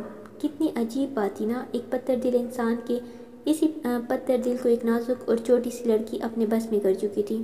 عشق عین، عشق شین، عشق کاف کرتا ہے، یہ لاحق جسے ہو جائے اسے برباد کرتا ہے۔ ابھی وہ اسی پری پیکر کے خیال میں گم تھا جب اس کی گھڑی کے مخصوص الارم کی آواز سنائی دی۔ اس نے اپنے سوچوں کو جھٹکا اور اپنے مخصوص ٹھکانے کی طرف چل دیا۔ دعا اور امائمہ کی ان 2 دنوں میں ہی اچھی دوستی ہو چکی تھی۔ ان کا بیچ بھی سیم تھا، اس لیے دونوں سارا دن ساتھ ہی ہوتی تھی کالج میں۔ ابھی بھی وہ دونوں کینٹین سے آئی تھی۔ یہ ان کی فزکس کی کلاس تھی۔ دعا شروع سے ہی پڑھائی میں بہت شارپ اسٹوڈنٹ تھی، پر فزکس اسے تھوڑی سی مشکل لگتی تھی، اسی لیے وہ پورے لیکچر میں اپنا سارا فوکس صرف بک پر ہی رکھتی تھی۔ اس کے لیے پلس پوائنٹ یہ تھا کہ سر فاتح بہت اچھا پڑھاتے تھے، پر ان کے چہرے پر سرد مہری دیکھ کر اسے بہت ڈر لگتا تھا ان سے۔ وہ ایک سخت ٹیچر تھی۔ ابھی بھی وہ اپنے نوٹ بک پر ایک نومیریکل حل کرنے میں مشغول تھی جب فاتح نے اسے پکارا، رول نمبر 10 اسٹینڈ اپ۔ فاتح نے دعا کو مخاطب کیا، پر وہ ابھی بھی اپنے نومیریکل میں ہی الجھی ہوئی تھی۔ ساری کلاس اس کی طرف متوجہ ہو چکی تھی۔ امائمہ نے اسے بازو سے پکڑ کر ہلایا اور اس کی توجہ سر کی طرف دلوائی۔ وہ ہڑبڑا گئی۔ رول نمبر 10، آج سے آپ اس کلاس کی CR ہیں۔ اسٹوڈنٹس کے اسائنمنٹس جمع کر کے میرے آفس میں پہنچا دیں آپ۔ سر میں وہ بکلا گئی۔ بھلا وہ کیسے اتنی بڑی ذمہ داری لے سکتی تھی؟ جی آپ، آئی تھنک رول نمبر 10 آپ ہی ہیں۔ جی سر، اوکے سر، بول کر وہ جلدی سے سر جھکا گئی، جبکہ اس کی ایسی حالت پر کلاس میں سب اسٹوڈنٹس کی ہنسی چھوٹ گئی، جس کو بریک فاتح سر کی ایک سرد نگاہ نہیں لگائی تھی۔ لیکچر ختم ہوا تو دعا نے کلاس سے اسائنمنٹ جمع کیے اور مرے مرے قدموں سے فاتح سر کے آفس کی طرف بڑھ گئی۔ اس کا موبائل مسلسل بج رہا تھا۔ کال اس کے پرسنل نمبر پر ہی آ رہی تھی۔ نہ جانے کون ڈیٹ تھا جو مسلسل کال کرے جا رہا تھا۔ فون مسلسل بج کر اب بند ہو چکا تھا۔ وہ ابھی شاور لے کر باہر آیا تھا اور اب شیشے کے سامنے کھڑا تولیے سے اپنے بال خشک کر رہا تھا۔ اس نے کالا ٹراؤزر اور کالی ہی بنیان پہنی ہوئی تھی۔ ابھی وہ بال خشک کر کے ہیئر برش اٹھا رہا تھا جب فون ایک دفعہ پھر بجا۔ اس نے دور سے ہی ایک اکتائی ہوئی نظر سائڈ ٹیبل پر پڑے موبائل پر ڈالی اور اس کی طرف بڑھ گیا۔ اس نے موبائل اٹھایا تو سامنے ہی اس کے والد محترم کی کال آ رہی تھی۔ اس کے چہرے پر ایک تلخ مسکراہٹ چھا گئی۔ وہ کال اٹھانا نہیں چاہتا تھا، پر نہ جانے کس جذبے کے تحت اس نے کال اٹھا کر موبائل کان سے لگا لیا، پر آگے سے اسے جو آواز سننے کو ملی تھی سن کر اس کا حلق تک کڑوا ہو گیا تھا۔ السلام علیکم فاتح بیٹا، کیسے آپ؟ پلیز کال بند مت کریے گا، میری پوری بات سن لے پہلے۔ فائقہ بیگم کی نم آواز سن کر وہ اپنے لب بھیج گیا۔ جی بولے، کیا بات کرنی ہے آپ کو؟ جلدی بولے، میرے پاس وقت نہیں ہے۔ فاتح، آپ کے بابا کی طبیعت بہت خراب ہے، وہ آپ کو بہت یاد کرتے ہیں، پلیز ایک دفعہ آ کر ان سے مل لیں آپ، وہ التجائی لہجے میں بولی۔ میں ابھی بزی ہوں، فون رکھتا ہوں، اللہ حافظ۔ وہ اپنی بات کہہ کر ان کی کوئی بات سنے بغیر کال کاٹ گیا۔ وہ اپنے باپ سے نفرت کا دعویدار تھا، پر اس کا دل اپنے باپ کی بیماری کا سن کر بے چین ہو اٹھا تھا۔ لوگوں کی نظر میں ایک کامیاب اور ہینڈسم بزنس مین تھا، پر اصل میں اتنا بد نصیب تھا کہ ماں کی محبت کے بعد باپ کی محبت سے بھی محروم تھا۔ اس نے سر جھٹک کر ساری سوچوں کو پیچھے پھینکا اور ڈریسنگ روم میں گھس گیا۔ وہ اسے ایک پرائیویٹ کلینک لے آیا تھا اور اس کی پٹی بھی کروا چکا تھا۔ اس نے کلینک سے فری ہو کر اسے پھر سے گاڑی میں بٹھایا۔ وہ ڈاکٹر سے پٹی کروانے کے بعد اس کا نام جان چکا تھا۔ مس حریم، آپ ایڈریس بتا دیں مجھے اپنے گھر کا، میں آپ کو ڈراپ کر دوں۔ آئی ایم سوری، میری وجہ سے آپ کا اتنا وقت ضائع ہو گیا۔ اس کا یہ کہنا ہی تھا کہ حریم کو یاد آیا کہ وہ تو جاب کے انٹرویو کے لیے نکلی تھی گھر سے اور پھر مستقیم کی گاڑی سے ٹکرا گئی۔ یہ یاد آتی ہی وہ پھر سے رونا شروع ہو گئی۔ مستقیم تو اسے روتا دیکھ کر بوکھلا گیا۔ اسے یہی لگا کہ وہ درد کی وجہ سے رو رہی ہیں، پر وہ تو اپنی آخری امید کے ٹوٹنے پر رو رہی تھی۔ کیا ہوا مس حریم؟ زیادہ درد ہو رہا ہے آپ کو کیا؟ وہ بہت نرمی سے آنکھوں میں پریشانی لیے حریم سے استفسار کر رہا تھا۔ اس کی نرمی پر حریم کا دل اور بھی بھر آیا۔ نہیں، میں اب درد کی وجہ سے نہیں رو رہی، بلکہ کسی اور وجہ سے رو رہی ہوں۔ وہ اب باقاعدہ سسکیاں لیتے ہوئے اٹک اٹک کر بول رہی تھی۔ اس کی سرخ ناک اور آنکھیں دیکھ کر مستقیم کا دل پھر سے ڈولنے لگا۔ کوئی روتے ہوئے اس قدر خوبصورت کس طرح لگ سکتا تھا؟ تو بتائیں پھر کیوں رو رہی ہیں آپ؟ آج مجھے ایک انٹرویو کے لیے جانا تھا ایک کمپنی میں، پر ایکسیڈنٹ ہو گیا پھر، اور اب تو بہت وقت گزر چکا ہے۔ یہ میری آخری امید تھی، وہ بھی ختم ہو گئی، اب میں کیا کروں گی؟ وہ مستقیم کو اپنا مسئلہ بتا کر پھر سے رونا جاری کر چکی تھی۔ اوہ، تو اس وجہ سے رو رہی ہیں آپ؟ یہ تو بہت چھوٹا سا ایشو تھا جو کہ آپ سمجھے حل بھی ہو گیا۔ ایکچولی میری کمپنی کو بھی ضرورت ہے، آپ میری کمپنی جوائن کر سکتی ہیں۔ وہ چٹکی بجاتے اس کا مسئلہ دور کر چکا تھا۔ نہیں، بالکل بھی نہیں، مجھے جاب اپنی قابلیت کے بلبوتے پر چاہیے، آپ کی ہمدردی کے باعث نہیں، وہ قطعیت بھرے لہجے میں بولی۔ ارے میں کون سا آپ کو ایسی ہی جاب دے دوں گا، پہلے آپ کا انٹرویو ہوگا، پھر ہی آپ کی سلیکشن ہوگی۔ وہ اس کی سوچ پڑھ کر اس کے مطابق بولا، کیونکہ وہ جان چکا تھا کہ وہ اس کا احسان نہیں لے گی۔ اوکے ٹھیک ہے، وہ اب نیم رضامند ہوتے ہوئے بولی تھی۔ چلے اپنا ایڈریس بتائیں آپ، میں آپ کو آپ کے گھر ڈراپ کر دوں۔ 2 دن ریسٹ کر کے پرسوں آپ اس ایڈریس پر آ جائیے گا انٹرویو کے لیے۔ وہ اپنا کارڈ اسے دیتا ہوا بولا۔ آپ پلیز یہاں سائٹ پر ہی اتار دیں مجھے، میں خود چلی جاؤں گی۔ تھینکس، آپ نے میری اتنی ہیلپ کی، وہ جھجک کر بولی۔ نہیں، آپ اس طرح خود نہیں جا پائیں گی، آپ مجھے اپنا ایڈریس بتائیں۔ اب مزید کوئی بحث نہیں، اس نے حریم کو دیکھتے ہوئے قطعیت سے کہا، تو وہ ناچار اسے اپنا ایڈریس بتا گئی، کیونکہ وہ اس کی بہت مدد کر چکا تھا۔ مستقیم نے ایک نظر اس کے جھکے ہوئے چہرے پر ڈال کر گاڑی آگے بڑھا دی۔ وہ آج بہت تھک چکی تھی۔ اپنی اسائنمنٹ وہ دونوں جمع کروا کر کلاس سے باہر آ گئی۔ ان کا اگلا لیکچر 1 گھنٹے بعد تھا، اس لیے وہ دونوں ریفریش ہونے کے لیے باہر آ گئی۔ چلو یار، کینٹین سے کچھ لے آتے ہیں، آج تو میں ناشتہ بھی نہیں کر کے آئی ٹیسٹ کے چکر میں، امائمہ دعا سے کہتے ہوئے اس کے ساتھ کینٹین کی طرف بڑھ رہی تھی۔ ہاں چلو، پر کینٹین میں نہیں بیٹھیں گے بلکہ گراؤنڈ میں بیٹھیں گے، کتنی پیاری ہوا چل رہی ہے نا؟ دعا اپنی آنکھیں بند کر کے ٹھنڈی ہوا اپنے اندر کھینچتے ہوئے بولی۔ وہ دونوں کینٹین سے برگر اور کولڈ ڈرنک لے کر گراؤنڈ میں بیٹھ گئی تھی۔ وہ دونوں بیٹی ابھی باتوں میں مصروف تھیں جب ان کا کلاس فیلو کمیل ان کے پاس آ کر بیٹھ گیا۔ ہیلو دعا اینڈ امائمہ، کیسی ہے آپ دونوں؟ کیا میں یہاں بیٹھ سکتا ہوں؟ وہ مسکراتا ہوا دونوں سے اجازت مانگ رہا تھا، پر اس کا سارا دھیان دعا کے چہرے کی طرف تھا۔ مسٹر کمیل، آپ آلریڈی ہی بیٹھ چکے ہیں، امائمہ اسے چپتی ہوئی نظروں سے دیکھتے ہوئے طنزیہ لہجے میں بولی۔ وہ کافی دن سے مسلسل کمیل کی نظریں دعا پر محسوس کر رہی تھی۔ اسے یہ لڑکا شروع سے ہی نہیں پسند تھا، جو عجیب نظروں سے دعا کو گھورتا رہتا تھا۔ اس کے جواب پر وہ ڈھیٹ پن سے دانت نکالنے لگا۔ دعا، مجھے آپ کی اسائنمنٹ مل سکتی ہے کیا؟ ایکچولی آپ کی اسائنمنٹ بیسٹ ہوتی ہے، تو اگر آپ مجھے… وہ بات ادھوری چھوڑ کر اسے منتظر نظروں سے دیکھنے لگا۔ Roll number 10 come here. اس سے پہلے کہ وہ کمیل کی بات کا جواب دیتی، ایک بھاری گمبھیر آواز میں اپنے نام کی پکار سنائی دی اسے۔ اس نے نظر اٹھا کر سامنے دیکھا تو تھوڑی ہی دور سر فاتح اپنی شاندار شخصیت کے ساتھ سامنے ہی ایستادہ تھے۔ Roll number 10 I am calling you. اس نے دوبارہ آواز دی تو وہ ہڑبڑا کر اٹھی۔ گود میں پڑا ہوا برگر نیچے گر پڑا۔ وہ دوپٹے سے الجھتی گرتی پڑتی جلدی سے فاتح کی طرف بڑھی۔ جی سر، آپ نے بلایا؟ میرے آفس میں آئیے آپ فوراً، وہ سنجیدگی سے کہہ کر اپنے آفس کی طرف بڑھ گیا۔ وہ پہلے تو ہونک بن کر کھڑی رہی، پھر یاد آنے پر تیزی سے فاتح سر کے آفس کی طرف بڑھ گئی۔ وہ آج 2 دن آرام کرنے کے بعد مستقیم کے دیے گئے ایڈریس پر آئی تھی، گلابی رنگ کا لباس پہنے، جو کہ بھر دھونے سے اپنی اصلی رنگت کھو چکا تھا، لیکن اس کی شادابی رنگت پر خوب جچ رہا تھا۔ سوٹ کے ساتھ کہیں گلابی دوپٹہ سر پر اوڑھ رکھا تھا اور کندھوں کے گرد سفید رنگ کی چادر پھیلا رکھی تھی، لیکن جس چہرے پر مہینوں سے مایوسی طاری تھی، آج اس چہرے پر خوشی رخصت تھی۔ وہ آج اپنی ماں کی دعاؤں کے حصار میں گھر سے نکلی تھی۔ وہ یہ سوچ کر اندر سے ڈری بھی ہوئی تھی کہ اگر اس کا انٹرویو اچھا نہ ہوا اور اس شخص نے اسے جاب نہ دی تو پھر کیا کرے گی، لیکن پھر اس مایوسی پر امید حاوی ہو جاتی تھی کہ اللہ نے اگر کسی کو اس کے لیے وسیلہ بنا کر اسے امید کی کرن دکھائی تھی تو وہ اس کے یقین کو بھی برقرار رکھے گا، اس کا حوصلہ پست نہیں کرے گا۔ بے شک وہی تو ہے جو مایوسی کے اندھیرے سے نکال کر اپنے بندے کو امید کی روشنی سے روشناس کر پاتا ہے۔ وہ جو 70 ماؤں سے بھی زیادہ پیار کرتا ہے اپنے بندے سے، وہ کیسے اپنے پیارے بندے کی دعا رد کر سکتا ہے جب اس کا بندہ پورے دل اور ایمان کے ساتھ اسے پکارے؟ جب ماں کے دل سے دعا نکلے تو وہ عرش تک جاتی ہے، اور عرش والا کس طرح ایک ماں کی دعا رد کر سکتا ہے؟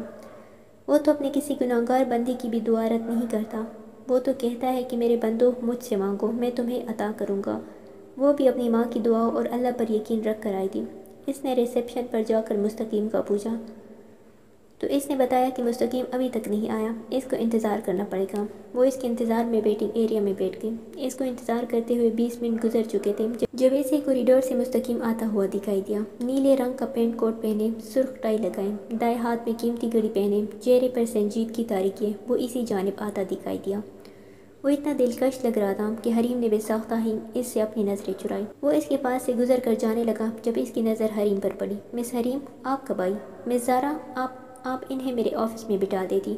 وہ پہلے حریم سے اور پھر ریسیپشن پر موجود اپنے ورکر سے بولا، چلے میرے آفس میں آئیے آپ۔ وہ اسے ساتھ لیے اپنے آفس میں داخل ہوا۔ آپ بیٹھے پلیز۔ وہ اسی کرسی کی طرف اشارہ کرتا اپنی مخصوص کرسی کی طرف بڑھ گیا۔ وہ گلابی لباس میں شفاف چہرے کے ساتھ اتنی دلکش لگ رہی تھی کہ اس کو اس کے چہرے سے نظریں ہٹانا مشکل لگ رہا تھا۔ نظریں بٹک بٹک کر اس کے شفاف چہرے کی طرف اٹھ رہی تھی۔ اب کیسی طبیعت ہے آپ کی اور آپ کا زخم کیسا ہے اب؟ وہ حریم سے مخاطب تھا۔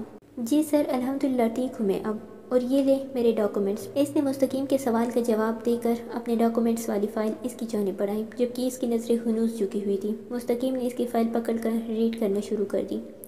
وہ گریجویشن کے آخری سال میں تھی۔ اس کی تعلیم واقعی ناکافی تھی۔ مس حریم، آپ کی جی پی اے تو اچھی ہے پر ابھی آپ کی ڈگری مکمل نہیں ہے۔ آپ کو جاب کیوں کرنی ہے ڈگری مکمل کرنے سے پہلے؟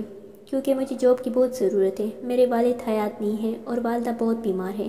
گھر کو چلانے کے لیے مجھے جاب کی ضرورت ہے، اور رہی بات تعلیم کی تو میں پہلے بھی پرائیویٹ پڑھ رہی تھی، اب بھی پڑھ لوں گی۔ وہ بہت دھیمے لہجے میں بول رہی تھی۔ اوکے مس حریم، مجھے سیکریٹری کی ضرورت ہے، میں آپ کو اس پوسٹ کے لیے اپوائنٹ کر رہا ہوں۔ 3 مہینے آپ کی پرفارمنس دیکھ کر پھر آپ کی تنخواہ بھی بڑھا دی جائے گی۔ آپ باہر سے اپنا جوائننگ لیٹر ریسیو کر لیں۔ وہ اسے پھر تنخواہ اور جاب کے متعلق ضروری باتیں بتانے لگا۔ حریم بہت خوش تھی، اس کو اس کی امید سے کہیں بڑھ کر تنخواہ مل رہی تھی۔ تشکر کے آنسو اس کے آنکھوں میں چمکنے لگے۔ وہ الوداعی کلمات کہہ کر اس کے آفس سے نکل آئی۔ اس کے جانے کے بعد مستقیم آخری لمحات میں اس کے چہرے کی خوشی یاد کرتا مسکرا دیا۔ میں آئی کم ان سر؟ وہ آلتو جلالتو کا ویٹ کرتی اس کے آفس کے سامنے کھڑی اجازت مانگ رہی تھی۔ نہ جانے کیوں پر دعا فاتح ابراہیم سے بہت ڈرتی تھی۔ اس کے چہرے پر چھائی سنجیدگی اور گہری نظریں دعا کا ننھا سا معصوم دل ٹکڑے رکھتی تھی۔ وہ ایک نظر فاتح پر ڈال کر جلدی سے اپنی نگاہ جھکا گئی تھی۔ یس کم ان۔ وہ بک شیلف کے سامنے کھڑا کسی کتاب کا مطالعہ کر رہا تھا جب اس کی آواز پر پلٹا۔ اسے اجازت دے کر وہ بک شیلف کے پاس سے ہٹ کر اپنی کرسی کے پاس آ کر کھڑا ہو گیا اور اپنی نظریں دعا کے صبی چہرے پر گاڑ دی۔ وہ معصومیت سے نظریں جھکائے کھڑی انگلیاں مروڑ رہی تھی۔ وہ جو کڑا تفصیل سے اس کا جائزہ لے رہا تھا اسے یوں کنفیوز دے کر گہرا مسکرایا۔ رول نمبر 10، آپ یہاں پڑھنے آتی ہیں نہ کہ دوسرے فیلوز کے ساتھ گپیں ہانکنے، تو بہتر ہے کہ جس مقصد کے لیے آئی ہے اس پر ہی دھیان دیں۔ Do you got it? Kumail کا اس کے پاس بیٹھنا اسے بہت غصہ دلا گیا تھا، اور جس نظروں سے وہ دعا کو دیکھ رہا تھا وہ فاتح کا خون کھلا گئی تھی، پر وہ کوئی تماشا نہیں چاہتا تھا۔ یس سر۔ وہ جو پہلے ہی اس سے خوفزدہ رہتی تھی اب اس کے سرد لہجے میں دی گئی وارننگ سے سخت حواس باختہ ہو گئی، اور جواب دے کر بغیر اس کا ایک لفظ بھی مزید سنے ہوا کی جھونکے کی طرح وہاں سے غائب ہو گئی۔ اس کی ایسی حواس باختی پر وہ بے ساختہ کہکہا لگا اٹھا۔ وہ دونوں آج کافی دنوں کے بعد فاتح کے فلیٹ پر مل رہے تھے۔ وہ دونوں ابھی فاتح کے ہاتھ کی بنی کافی پی کر لاؤنج میں بیٹھے تھے۔ فاتح کے چہرے پر پہلا سکون اور ہلکی سی مسکراہٹ مستقیم کی زبان کو سکون نہیں لینے دے رہی تھی۔ کیا بات ہے لالے، بہت خوش لگ رہا ہے تیرے اس منحوس چہرے پر پہلی خوشی چھپائی نہیں چھپ رہی۔ خیر تو ہے نا؟ کہیں محبت تو نہیں کر بیٹھے؟ ہاں؟ وہ اسے کوجتی ہوئی نظروں سے دیکھتا ہوا شرارت سے پوچھ رہا تھا۔ ہاں ایسا ہی سمجھ لو۔ وہ لبوں پر دھیمی مسکراہٹ سجائے بولا۔ آنکھوں میں چن سے اس پری پیکر کا دلربا سراپا ابھر آیا تھا۔ لبوں پر چائی دھیمی مسکراہٹ اب گہری مسکان میں ڈل چکی تھی۔ کیا سچ میں؟ مستقیم آنکھوں میں بے یقینی لیے پوچھ رہا تھا۔ اس نے تو بس مذاق میں بات کی تھی، پر وہ نہیں جانتا تھا کہ وہ اس قدر سیریس ہے۔ تو پھر تم نے اسے بتا دیا جس سے تم محبت کرتے ہو، آئی مین بابی کو؟ مستقیم اب آنکھوں میں شرارت کے ساتھ اشتیاق لیے فاتح سے پوچھ رہا تھا۔ پر کیوں؟ کیا مطلب کیوں؟ تم اپنی محبت حاصل نہیں کرو گے کیا؟ وہ حیرت سے اپنے دوست کا پاگل پن دیکھ رہا تھا۔ تم سے کس نے کہا کہ میں اپنی محبت حاصل کرنا چاہتا ہوں؟ تمہیں کس نے کہا کہ میں نے محبت کسی منزل کی چاہ میں کی ہے؟ میں نے تو محبت بس اس سکون کے لیے کی ہے جو مجھے اسے دیکھ کر ملتا ہے، اس ٹھنڈک کے لیے جو اسے دیکھ کر میری آنکھوں میں اترتی ہے، اس اطمینان کے لیے جو اس کی موجودگی کی وجہ سے میری روح میں سرایت کرتا ہوا محسوس ہوتا ہے۔ میں نے محبت کا کھیل کھیلا ہے جس میں ہار جیت سے پرے ہو کر اسے چاہتا رہوں گا بس۔ اس سے محبت میرا سکون ہے، بلکہ وہ خود میرے لیے سراپا سکون ہے۔ ہاں میں اقرار کرتا ہوں کہ وہ دعا حیدر فاتح ابراہیم خان کا سکون ہے۔ وہ آنکھیں بند کیے لبوں پر مسکان سجائے ایک جذب سے اپنے جگری یار کے سامنے اپنی محبت کا باضابطہ اعلان کر رہا تھا، اور مستقیم بیٹا یہ سوچ رہا تھا کہ کیا واقعی ابھی جو کچھ بھی اس کے کانوں نے سنا وہ فاتح نے ہی کہا ہے، یا پھر وہ جاگتی آنکھوں سے ہی خواب دیکھ رہا ہے۔ وہ آنکھیں بند کیے نیند کی وادی میں گم تھی، ہلکے گلابی رنگ کا نائٹ سوٹ پہنے جس کی شرٹ پر فروزن کی پرنسس ایلسا بنی ہوئی تھی۔ وہ چہرے پر معصومیت سجائے سینے تک کمفرٹر اوڑھے پرسکون ہو کر سو رہی تھی۔ نیلی کانچ سی آنکھوں پر لمبی پلکوں کی جالر سایہ فگن تھی۔ سیاہ کالے بالوں کی پونی کی گئی تھی جس سے نکلی کچھ لٹیں گالوں سے ٹکرا کر ایک سہانا منظر پیش کر رہی تھی۔ چہرے کی گلابی رنگت میں اس وقت زردیاں گھلی ہوئی تھی۔ وہ پچھلے 3 دن سے بخار میں مبتلا تھی جس کے باعث وہ کالج بھی نہیں جا رہی تھی۔ بلیک جینز اور بلیک ہی ہوڈی میں ملبوس ایک شخص کھڑکی کے ذریعے اس کے کمرے میں داخل ہو کر اس کے سرہانے آ بیٹھا تھا اور اب اس کا تفصیلی جائزہ لینے میں مصروف تھا۔ اس کے حسین چہرے کو دیکھ کر اس کا دل بے اختیار ہوا تھا۔ وہ بے اختیار جھکا اور اس کے ماتھے کو ہونٹوں سے چھو دیا۔ ایک سکون رگوں پہ میں سرایت کرتا ہوا محسوس ہوا تھا۔ کچھ محسوس کرتے دعا نے آنکھیں کھولی تو سب کچھ ویسا ہی تھا جیسا اس کے سونے سے پہلے۔ اس نے اپنی نیند سے بوجھل آنکھیں موند لی اور پھر سے نیند کی وادی میں گم ہو گئی۔ میری معصوم شہزادی۔ پردے کے پاس کھڑا وجود اسے پیار بھرا نام دے کر اسی طرح غائب ہو گیا وہاں سے جس طرح آیا تھا۔ آج امائمہ نہیں آئی تھی۔ دعا کافی دیر اس کا انتظار کرتی رہی کہ شاید لیٹ ہو وہ آج، پر وہ نہیں آئی تھی اور دعا کا موبائل بھی آج گھر ہی رہ گیا تھا۔ صبح جلدی میں وہ اپنا موبائل چارجنگ پر ہی لگا چھوڑ آئی تھی اور کالج جا کر یاد آیا تھا اسے۔ آج کا دن بہت بورنگ گزرا تھا اس کا، یوں کہ امائمہ بھی نہیں آئی تھی اور فاتح سر سمیت 2 اور ٹیچرز بھی غیر حاضر تھے۔ چھٹی ہوئی تو وہ اپنا بیگ اٹھا کر باہر نکل آئی اور گیٹ کے پاس کھڑے ہو کر آٹو کا انتظار کرنے لگی۔ اس نے پیسے نکالنے کے لیے بیگ کھولا تو حیرت کا شدید جھٹکا لگا کیونکہ بیگ میں والیٹ موجود نہیں تھا۔ اس نے پریشانی سے سارا بیگ کھنگال لیا پر والیٹ کا نام و نشان بھی نہیں تھا۔ پریشانی سے اس کی آنکھوں میں آنسو آ گئے۔ اب وہ کیا کرے گی؟ امائمہ بھی نہیں تھی جو ہیلپ کر دیتی اور اس کی کوئی اور دوست بھی نہیں تھی۔ کالج آہستہ خالی ہو رہا تھا۔ اس نے بیگ بند کیا اور کالج کے اندر آ کر گراؤنڈ میں بیٹھ گئی۔ وہ روتے ہوئے سوچ رہی تھی کہ اب کیا کرے۔ وہ اپنی اسی پریشانی میں گم تھی جب اسے محسوس ہوا کہ کوئی اس کے نزدیک آ کر کھڑا ہوا ہے۔ اس نے سر اٹھا کر دیکھا تو کمیل اپنے 2 دوستوں کے ساتھ اس کے پاس آ کھڑا ہوا تھا۔ وہ تیز سے اٹھ کر کھڑی ہو گئی۔ واٹ ہیپن دعا؟ آپ اس طرح اکیلی یہاں کیوں بیٹھی ہیں اور رو کیوں رہی ہیں؟ کمیل کے پوچھنے پر اس کے آنسوں میں تیزی آ گئی۔ آج فاتح کی ایک ضروری میٹنگ تھی جس کی وجہ سے وہ جلدی کالج نہیں آ پایا تھا اور اسی وجہ سے دعا کی کلاس کا لیکچر بھی اٹینڈ نہیں کر پایا تھا۔ وہ انکل سے ایک بات کر کے ابھی ایڈمن سے نکلا تھا اور اپنی گاڑی کی طرف بڑھ رہا تھا جب اس کی نظر دعا پر پڑی جو رونے میں مصروف تھی اور 3 لڑکے اس کے پاس کھڑے تھے۔ یہ منظر دیکھ کر اس کے قدموں میں رفتار آ گئی اور وہ تیز سے اس کی جانب بڑھا۔ یہ کیا ہو رہا ہے یہاں؟ اور رول نمبر 10 کیا ہوا ہے آپ کو؟ کیوں اس طرح رو رہی ہیں؟ اس نے بمشکل خود پر قابو پاتے ہوئے پوچھا۔ پتہ نہیں سر یہ کیوں رو رہی ہیں؟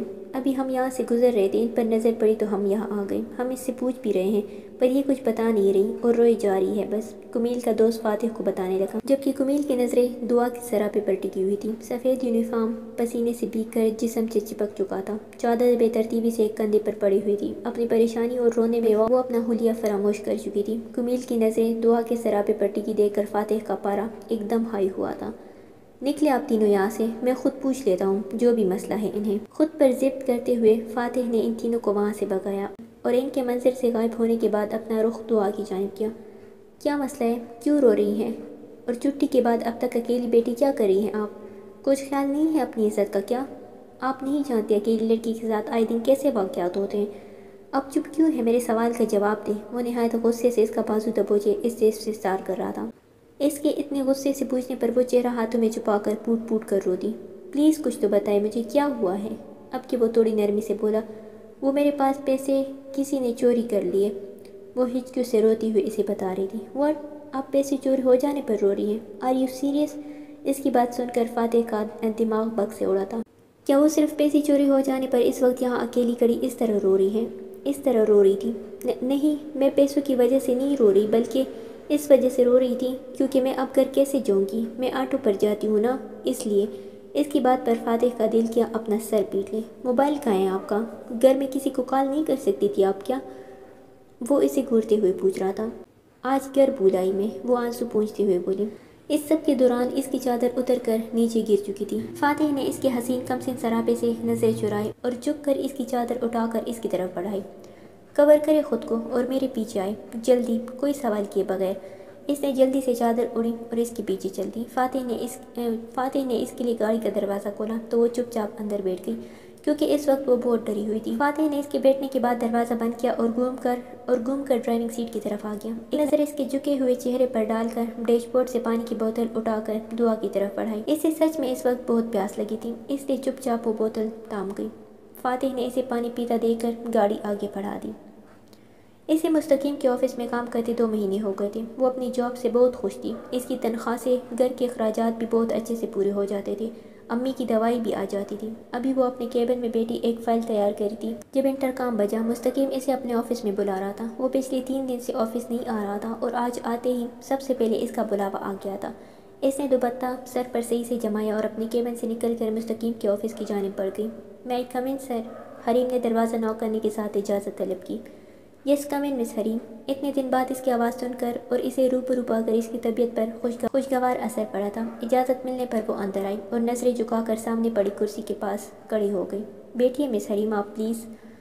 مستقیم نے اپنی نظریں اس کے چہرے پر جما دیں۔ ہلکے پیلے رنگ کا کرتا اور سفید شلوار کے ساتھ سفید ہی دوپٹہ سر پر اوڑھے وہ مستقیم کو ایک کھلتا ہوا گلاب لگ رہی تھی۔ حریم نے جب اسے مسلسل چپ بیٹھے دیکھا تو اپنا سر اٹھا کر مستقیم کو مخاطب کیا۔ "سر آپ نے کسی کام کے لیے بلایا تھا مجھے؟" اس کے بلانے پر وہ ہوش میں آیا۔ "جی میں نے آپ سے کچھ پوائنٹس ڈسکس کرنے تھے۔" اس کے بعد وہ اس سے بزنس کے متعلق باتیں سمجھانے میں مصروف ہو گیا۔ ابھی وہ بات کر رہے تھے جب مستقیم کے پرسنل نمبر پر کال آنے لگی۔ اس نے حریم سے ایکسکیوز کیا اور کال پک کر لی۔ "السلام علیکم، کیسی ہیں آپ؟" "ارے نہیں میری جان، آپ کو کیسے بھول سکتا ہوں میں۔ چلے آپ کی یہ شکایت بھی دور کر دیتا ہوں آج۔ میں بس تھوڑی دیر تک نکلتا ہوں آفس سے۔ لنچ اکٹھے ہی کریں گے ہم دونوں آج۔ اوکے، اللہ حافظ۔" اس کے منہ سے لفظ میری جان سن کر وہ گڑبڑا گئی۔ وہ کال سے فارغ ہو کر اس کی طرف متوجہ ہوا جو پھر سے چہرہ جھکا چکی تھی۔ "مس حریم آپ میری میٹنگ کی ٹائمنگ فائنل کر کے بتا دیجیے گا پھر۔ پر سر آپ کو تو اپنی وائف کے پاس نہیں جانا؟" اس کے منہ سے بے ساختہ ہی پھسل گیا۔ "وائف؟ مس حریم میں آپ کو میرڈ لگتا ہوں کیا؟ بائی دی وے میں اپنی دی جان سے بات کر رہا تھا۔" وہ شرارت سے مسکراتا حریم کو آگاہ کر رہا تھا۔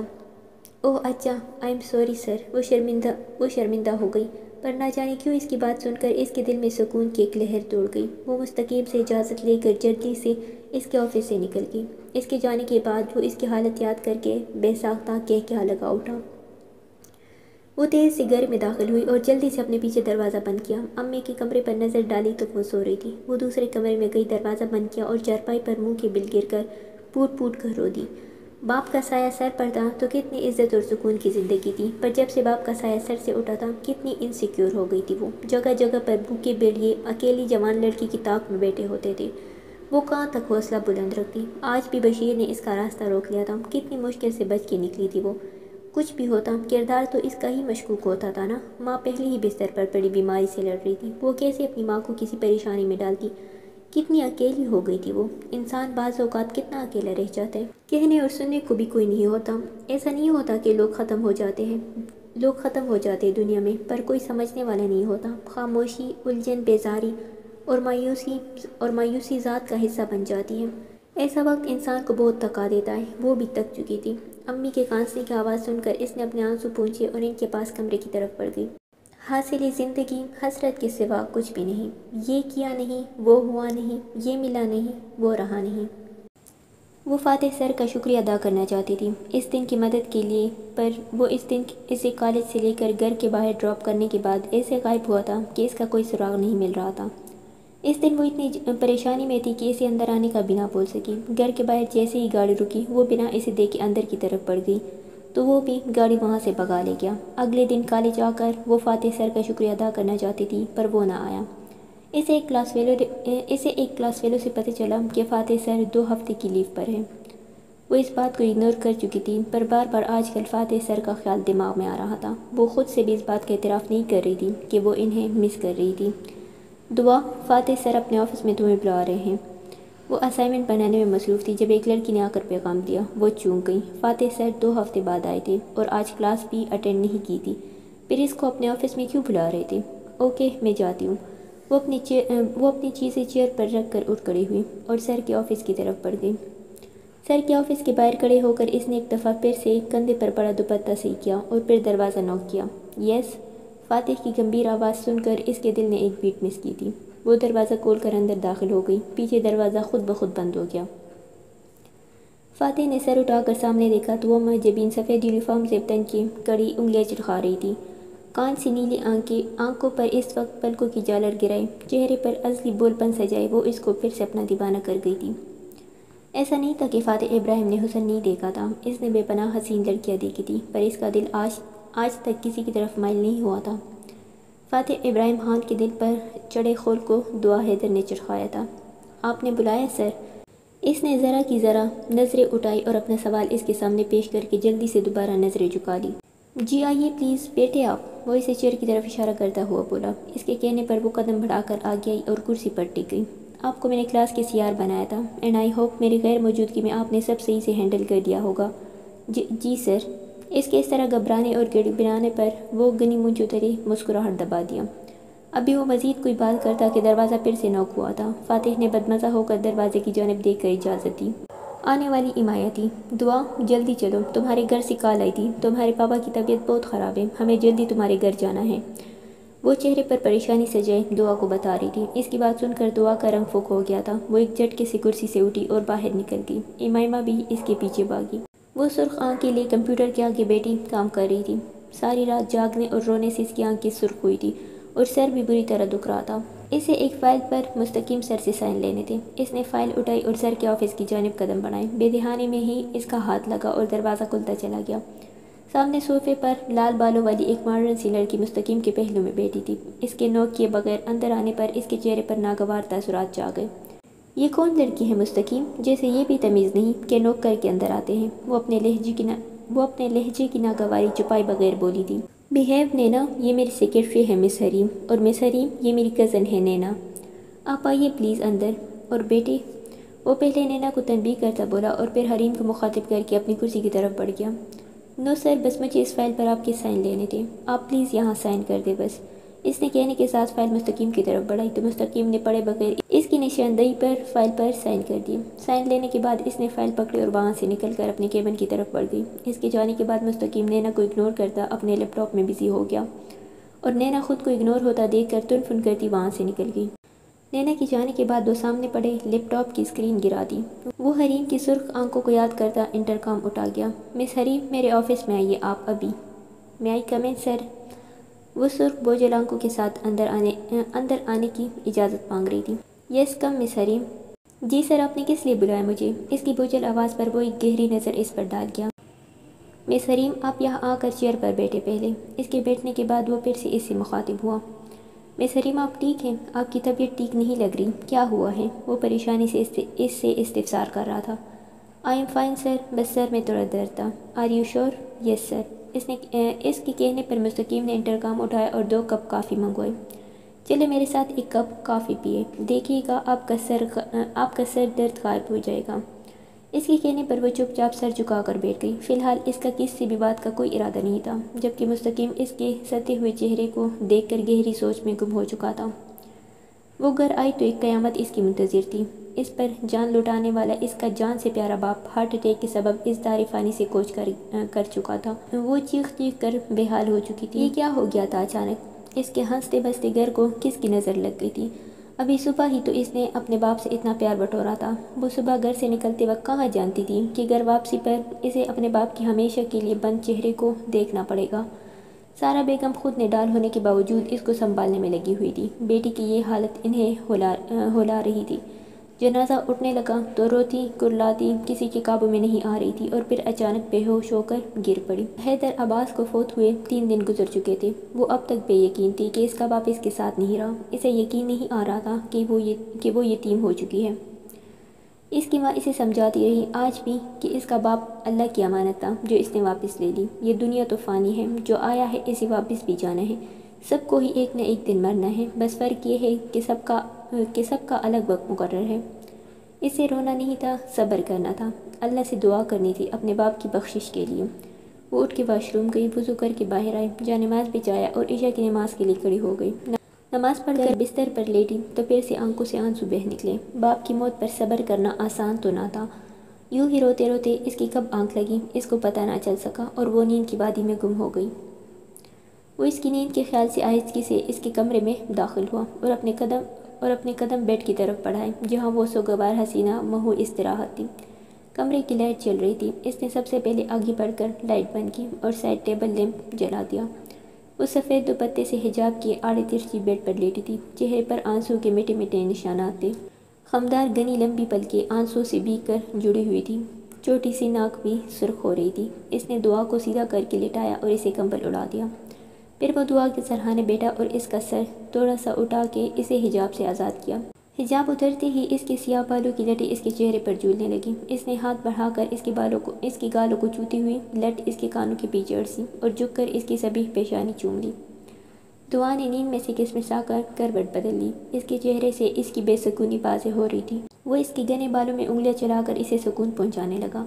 اس کی انگلیاں کافی دیر تک دعا کے بالوں میں حرکت کرتی رہی۔ کچھ دیر بعد وہ گھڑی پر ایک نظر ڈال کر اٹھا، جھک کر ایک دفعہ پھر اس کی پیشانی چومی اور کھڑکی کی طرف بڑھ گیا۔ 2 سیکنڈ میں ہی وہ اندھیرے میں غائب ہو گیا۔ حیدر عباس کی وفات کو 1 ماہ گزر چکا تھا۔ وہ ہر وقت گمسم رہنے لگی تھی۔ سارا بیگم تو دوہری پریشانی میں تھی۔ ایک طرف جان سے عزیز شوہر کی موت اور دوسری طرف لاڈلی اکلوتی بیٹی کی ایسی حالت نے تو اس کے حواس ہی سلب کر دیے تھے۔ ان کے جس چھوٹے سے آشیانے میں ان کی لاڈلی کی ہنسی کی آواز گونجا کرتی تھی، اب وہاں موت کے سناٹے پھیلے ہوئے تھے۔ ابھی بھی وہ ان کی گود میں سر رکھے لیٹی ہوئی تھی۔ دعا بیٹا، اب مزید کتنی چھٹیاں کریں گی آپ کے کالج سے 3 دفعہ کال ہو چکی ہے۔ آپ کے امتحان شروع ہونے والے ہیں۔ اٹھ کر بیگ تیار کرے اپنا، صبح کالج جانا ہے آپ کو۔ وہ آج سوچ چکی تھی کہ آج ہر حال میں اس کو منائے گی وہ کالج کے لیے۔ نہیں ماما پلیز، مجھے اب نہیں جانا کالج، نہ ہی آپ مجھے بار بار کہیے گا۔ کالج کا نام سن کر وہ تو سے ہی اکڑ گئی تھی۔ دیکھو دعا، تمہارے بابا تمہیں بہت پڑھانا چاہتے تھے اور تمہارا ایڈمیشن بھی اپنے پسند کے کالج میں کروایا انہوں نے، تو کیا تم اپنے بابا کی خواہش کو پورا نہیں کرو گی؟ وہ اس کے بالوں میں انگلیاں چڑھاتے ہوئے اسے نرمی اور پیار سے سمجھا رہی تھی، اور انہوں نے وجہ ہی ایسی بیان کر دی تھی کہ وہ انکار ہی نہ کر پائی اور اپنے باپ کو پھر سے یاد کر کے اپنی ماں کی گود میں منہ چھپا کر روتی۔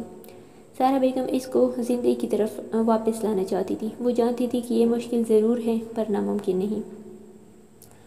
وہ آج بہت خوش تھی۔ آج اسے تنخواہ ملی تھی اور بونس بھی۔ وہ سوچ رہی تھی کہ آج امی کو دوبارہ ڈاکٹر کے پاس لے کر جائے گی۔ ان کی طبیعت اسے کل رات سے خراب لگ رہی تھی، پر اس کے پوچھنے پر وہ ٹال مٹول کر رہی تھی۔ حریم نے جلدی سے اپنا سامان سمیٹا اور آفس سے نکلی۔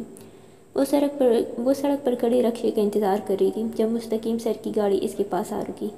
مس حریم آئیے، میں آپ کو ڈراپ کر دوں۔ اس وقت ویسے بھی آپ کو جلدی کوئی کنوینس نہیں ملے گی۔ وہ گاڑی کے شیشے سے سر باہر نکال کر اس سے مخاطب ہوا۔ نہیں سر، اٹس اوکے، میں چلی جاؤں گی، وہ جھجک کر بولی۔ مس حریم بحث نہیں کرے اور آئیے بیٹھے آپ، نو مور آرگومنٹس۔ وہ اس کے لیے پیسنجر سیٹ کا دروازہ کھول کر حتمی لہجے میں بولا تو ناچار اسے بیٹھنا پڑا۔ اس کے بیٹھتے ہی مستقیم نے گاڑی آگے بڑھا دی۔ گاڑی میں 2 لوگوں کے ہونے کے باوجود خاموشی چھائی ہوئی تھی۔ مس حریم، آپ کی والدہ کیسی ہے اب؟ وہ اس کی طرف سر گھماتا ہوا بولا۔ حریم نے کچھ دن پہلے ہی لیو لی تھی، یہ کہہ کر کہ اس کی امی بیمار ہے، وہ اس لیے اس کی خیریت دریافت کرنے لگا۔ جی سر، الحمدللہ بہتر ہے وہ اب۔ کل سے طبیعت تھوڑی ڈاؤن ہے ان کی، آج پھر ڈاکٹر کے پاس لے کر جاؤں گی، اللہ شفا دے انہیں، آمین۔ مستقیم نے گاڑی حریم کے گھر کے آگے روکی تو لوگوں کی بھیڑ دیکھ کر دونوں ہی پریشان ہو گئے۔ پریشان نہ ہو حریم آپ، سب ٹھیک ہوگا، وہ اسے دلاسا دیتے ہوئے بولا، پر اندر سے وہ خود بھی پریشان ہو چکا تھا۔ وہ گاڑی سے نکل کر تیز سے اندر کی طرف بڑھی تو وہ بھی اس کے پیچھے لپکا۔ وہ جیسے ہی اندر آئی اور سامنے کی منظر پر اس کی نظر پڑی تو اس کا دل بند ہونے لگا۔ اندر صفے ماتم بچھی ہوئی تھی، اس کے سر کا سائبان چن چکا تھا۔ اس کی ماں اپنی ساکھ سانسوں اور بند آنکھوں کے ساتھ سفید چادر اوڑھے ابدی نیند سو چکی تھی۔ حریم اپنی جگہ ساکھ کھڑی تھی۔ مستقیم نے جیسے ہی اس کے کندھے پر ہاتھ رکھا وہ اس کی باہوں میں جھول گئی۔ اسے ہوش آیا تو وہ کچھ دیر پہلے کا منظر یاد کر کے جلدی سے باہر لپکی۔ مستقیم نے سارے انتظامات سنبھالے ہوئے تھے۔ اس کی ماں کو غسل دیا جا رہا تھا۔ اس کی ہمسائی اس کو دلاسا دینے اس کے قریب آئی تو حریم اس کے گلے لگ کر پوٹ پوٹ کر روتی۔ باپ کے بعد ایک ماں کا ہی تو سہارا تھا اسے۔ ماں کے جانے کے بعد تو اس کی پوری دنیا ہی لٹ چکی تھی۔ وہ کیسے نہ روتی، کیسے نہ کرلاتی؟ وہ تو صحیح معنی میں آج یتیم ہوئی تھی۔ جب اس کی ماں کی میت اٹھی تو وہ چیختی چلاتی اپنی ماں کو واپسی کے واسطے دیتی۔ وہاں موجود ہر آنکھ کو نم کر گئی تھی۔ مستقیم اس کی حالت دیکھتا خود کو سخت بے بس محسوس کر رہا تھا۔ جنازہ اٹھنے کی دیر تھی کہ سب رشتہ دار اور جاننے والے ایک ایک کر کے رخصت ہونے لگے۔ اس کی دور کی خالہ نے فراخ دلی کا مظاہرہ کرتے ہوئے اسے اپنے ساتھ چلنے کی دعوت دی تھی، جسے وہ اسی وقت بڑی سہولت سے ٹکرا گئی تھی۔ سارا گھر خالی ہو چکا تھا۔ مستقیم سارے معاملات نمٹا کر گھر کے اندر آیا تو وہ نیچے دیوار کے ساتھ لگ کر بیٹھی تھی۔ خشک آنکھوں اسپاٹ چہرے کے ساتھ وہ اسے نئے سرے سے دکھی کر گئی۔ وہ اس کے پاس آیا اور ایک گھٹنا زمین پر ٹکا کر اس کے روبرو بیٹھ گیا۔ حریم، اس نے اپنی باری گمبھیر آواز میں سے پکارا تو وہ خالی خالی نظروں کے ساتھ اس کی جانب دیکھنے لگی۔ حریم، وہ اللہ کی امانت تھی نا، اس نے واپس لے لی۔ وہ یہاں کتنی تکلیف میں تھی، اب وہ سکون میں ہوں گی۔ آپ اس طرح رو کر انہیں اور تکلیف دے رہی ہیں۔ آپ رو کر ان کی روح کو تکلیف نہ دیں بلکہ ان کی بخشش کے لیے دعا کریں۔ وہ اس کی آنکھوں میں دیکھتا بہت نرمی سے اسے سمجھا رہا تھا۔ وہ ایک دم اس کے کندھے پر سر ٹکا کر پوٹ پوٹ کر رو دی۔ مستقیم نے اپنا بھاری ہاتھ اس کے سر پر رکھ دیا اور اس کا سر تپتپانے لگا۔ اس نے حریم کو چپ نہیں کرایا کیونکہ وہ چاہتا تھا کہ وہ آخری دفعہ جی بھر کر رو لے۔ وہ بہت سارا رونے کے بعد پیچھے ہوئی تو اس کی سرخ روئی روئی آنکھیں دیکھ کر مستقیم کا دل پھر سے بے اختیار ہونے لگا۔ اس نے نرمی سے اس کی آنکھیں صاف کی اور اسے ہاتھ پکڑ کر کھڑا کیا۔ وہ نظریں جھکا کر اس کے سامنے کھڑی ہو گئی۔ حریم، آپ اکیلی سروائیو نہیں کر پائیں گی، آپ میرے ساتھ میرے گھر جا سکتی ہیں۔ نہیں سر، پلیز مجھے یہاں سے کہیں نہیں جانا، میرے ماں باپ کی خوشبو ہے یہاں، میں یہاں سے کہیں نہیں جاؤں گی۔ وہ ختمی لہجے میں بولی تو وہ سر ہلا گیا۔ وہ جاتے جاتے اسے تاکید کر گیا تھا کہ کوئی بھی مسئلہ ہو یا کوئی بھی ضرورت ہو تو فوراً اسے کال کرے۔ وہ ضرورت کا سارا سامان بھی گھر میں رکھوا چکا تھا۔ اس کے جانے کے بعد وہ دروازہ بند کر کے اپنی ماں کے کمرے کی طرف بڑھ گئی۔ دن تو ماں کے بغیر گزر گیا تھا پر رات ابھی باقی تھی۔ وہ جیسے ہی کالج میں داخل ہوئی تو امامہ اسے دیکھتی تیز سے اس کی جانب بڑھی اور اس کے گلے لگ گئی۔ وہ اس کے والد کی وفات کے بعد سے کافی دفعہ اس کے گھر بھی جا چکی تھی۔ وہ واقعی دعا کے لیے ایک مخلص دوست ثابت ہوئی تھی۔ مخلص اور سچے دوست واقعی اللہ کا خاص تحفہ ہوتے ہیں۔ وہ اسے اپنے ساتھ کلاس روم میں لے گئی۔ دعا کا دل کر رہا تھا یہاں سے اس سب سے دور چلی جائے، پر اس کے باپ کی خواہش اس کے پاؤں میں زنجیریں ڈال رہی تھی۔ وہ امائمہ کے ساتھ چپ چاپ جا کر لاسٹ ڈیسک پر بیٹھ گئی۔ سب کلاس فیلوز اور ٹیچر اس کے والد کی وفات کی تعزیت کر رہے تھے اور وہ بہت مشکل سے اپنے اشکوں پہ بند باندھے بیٹھی تھی۔ فاتح نے بھی اس سے افسوس کیا تھا۔ اسے جب اسٹوڈنٹ سے اس کے والد کی وفات کا پتہ چلا تو اسے بہت دکھ ہوا تھا اس کی تکلیف کا سن کر۔ وہ ننھی سی جان اتنی سی عمر میں کتنے بڑے دکھ سے گزر گئی تھی۔ وہ اپنی طبیعت کے برخلاف بہت نرمی سے بات کر رہا تھا۔ رول نمبر 10، آپ کی اسٹڈیز کا کافی لاس ہو چکا ہے، ایگزامز بھی نزدیک ہیں۔ ہم ایسا کرتے ہیں کہ چھٹی کے بعد ایک ایکسٹرا کلاس رکھ لیتے ہیں کچھ دن، تاکہ آپ پچھلا سلیبس کور کر لیں، اوکے؟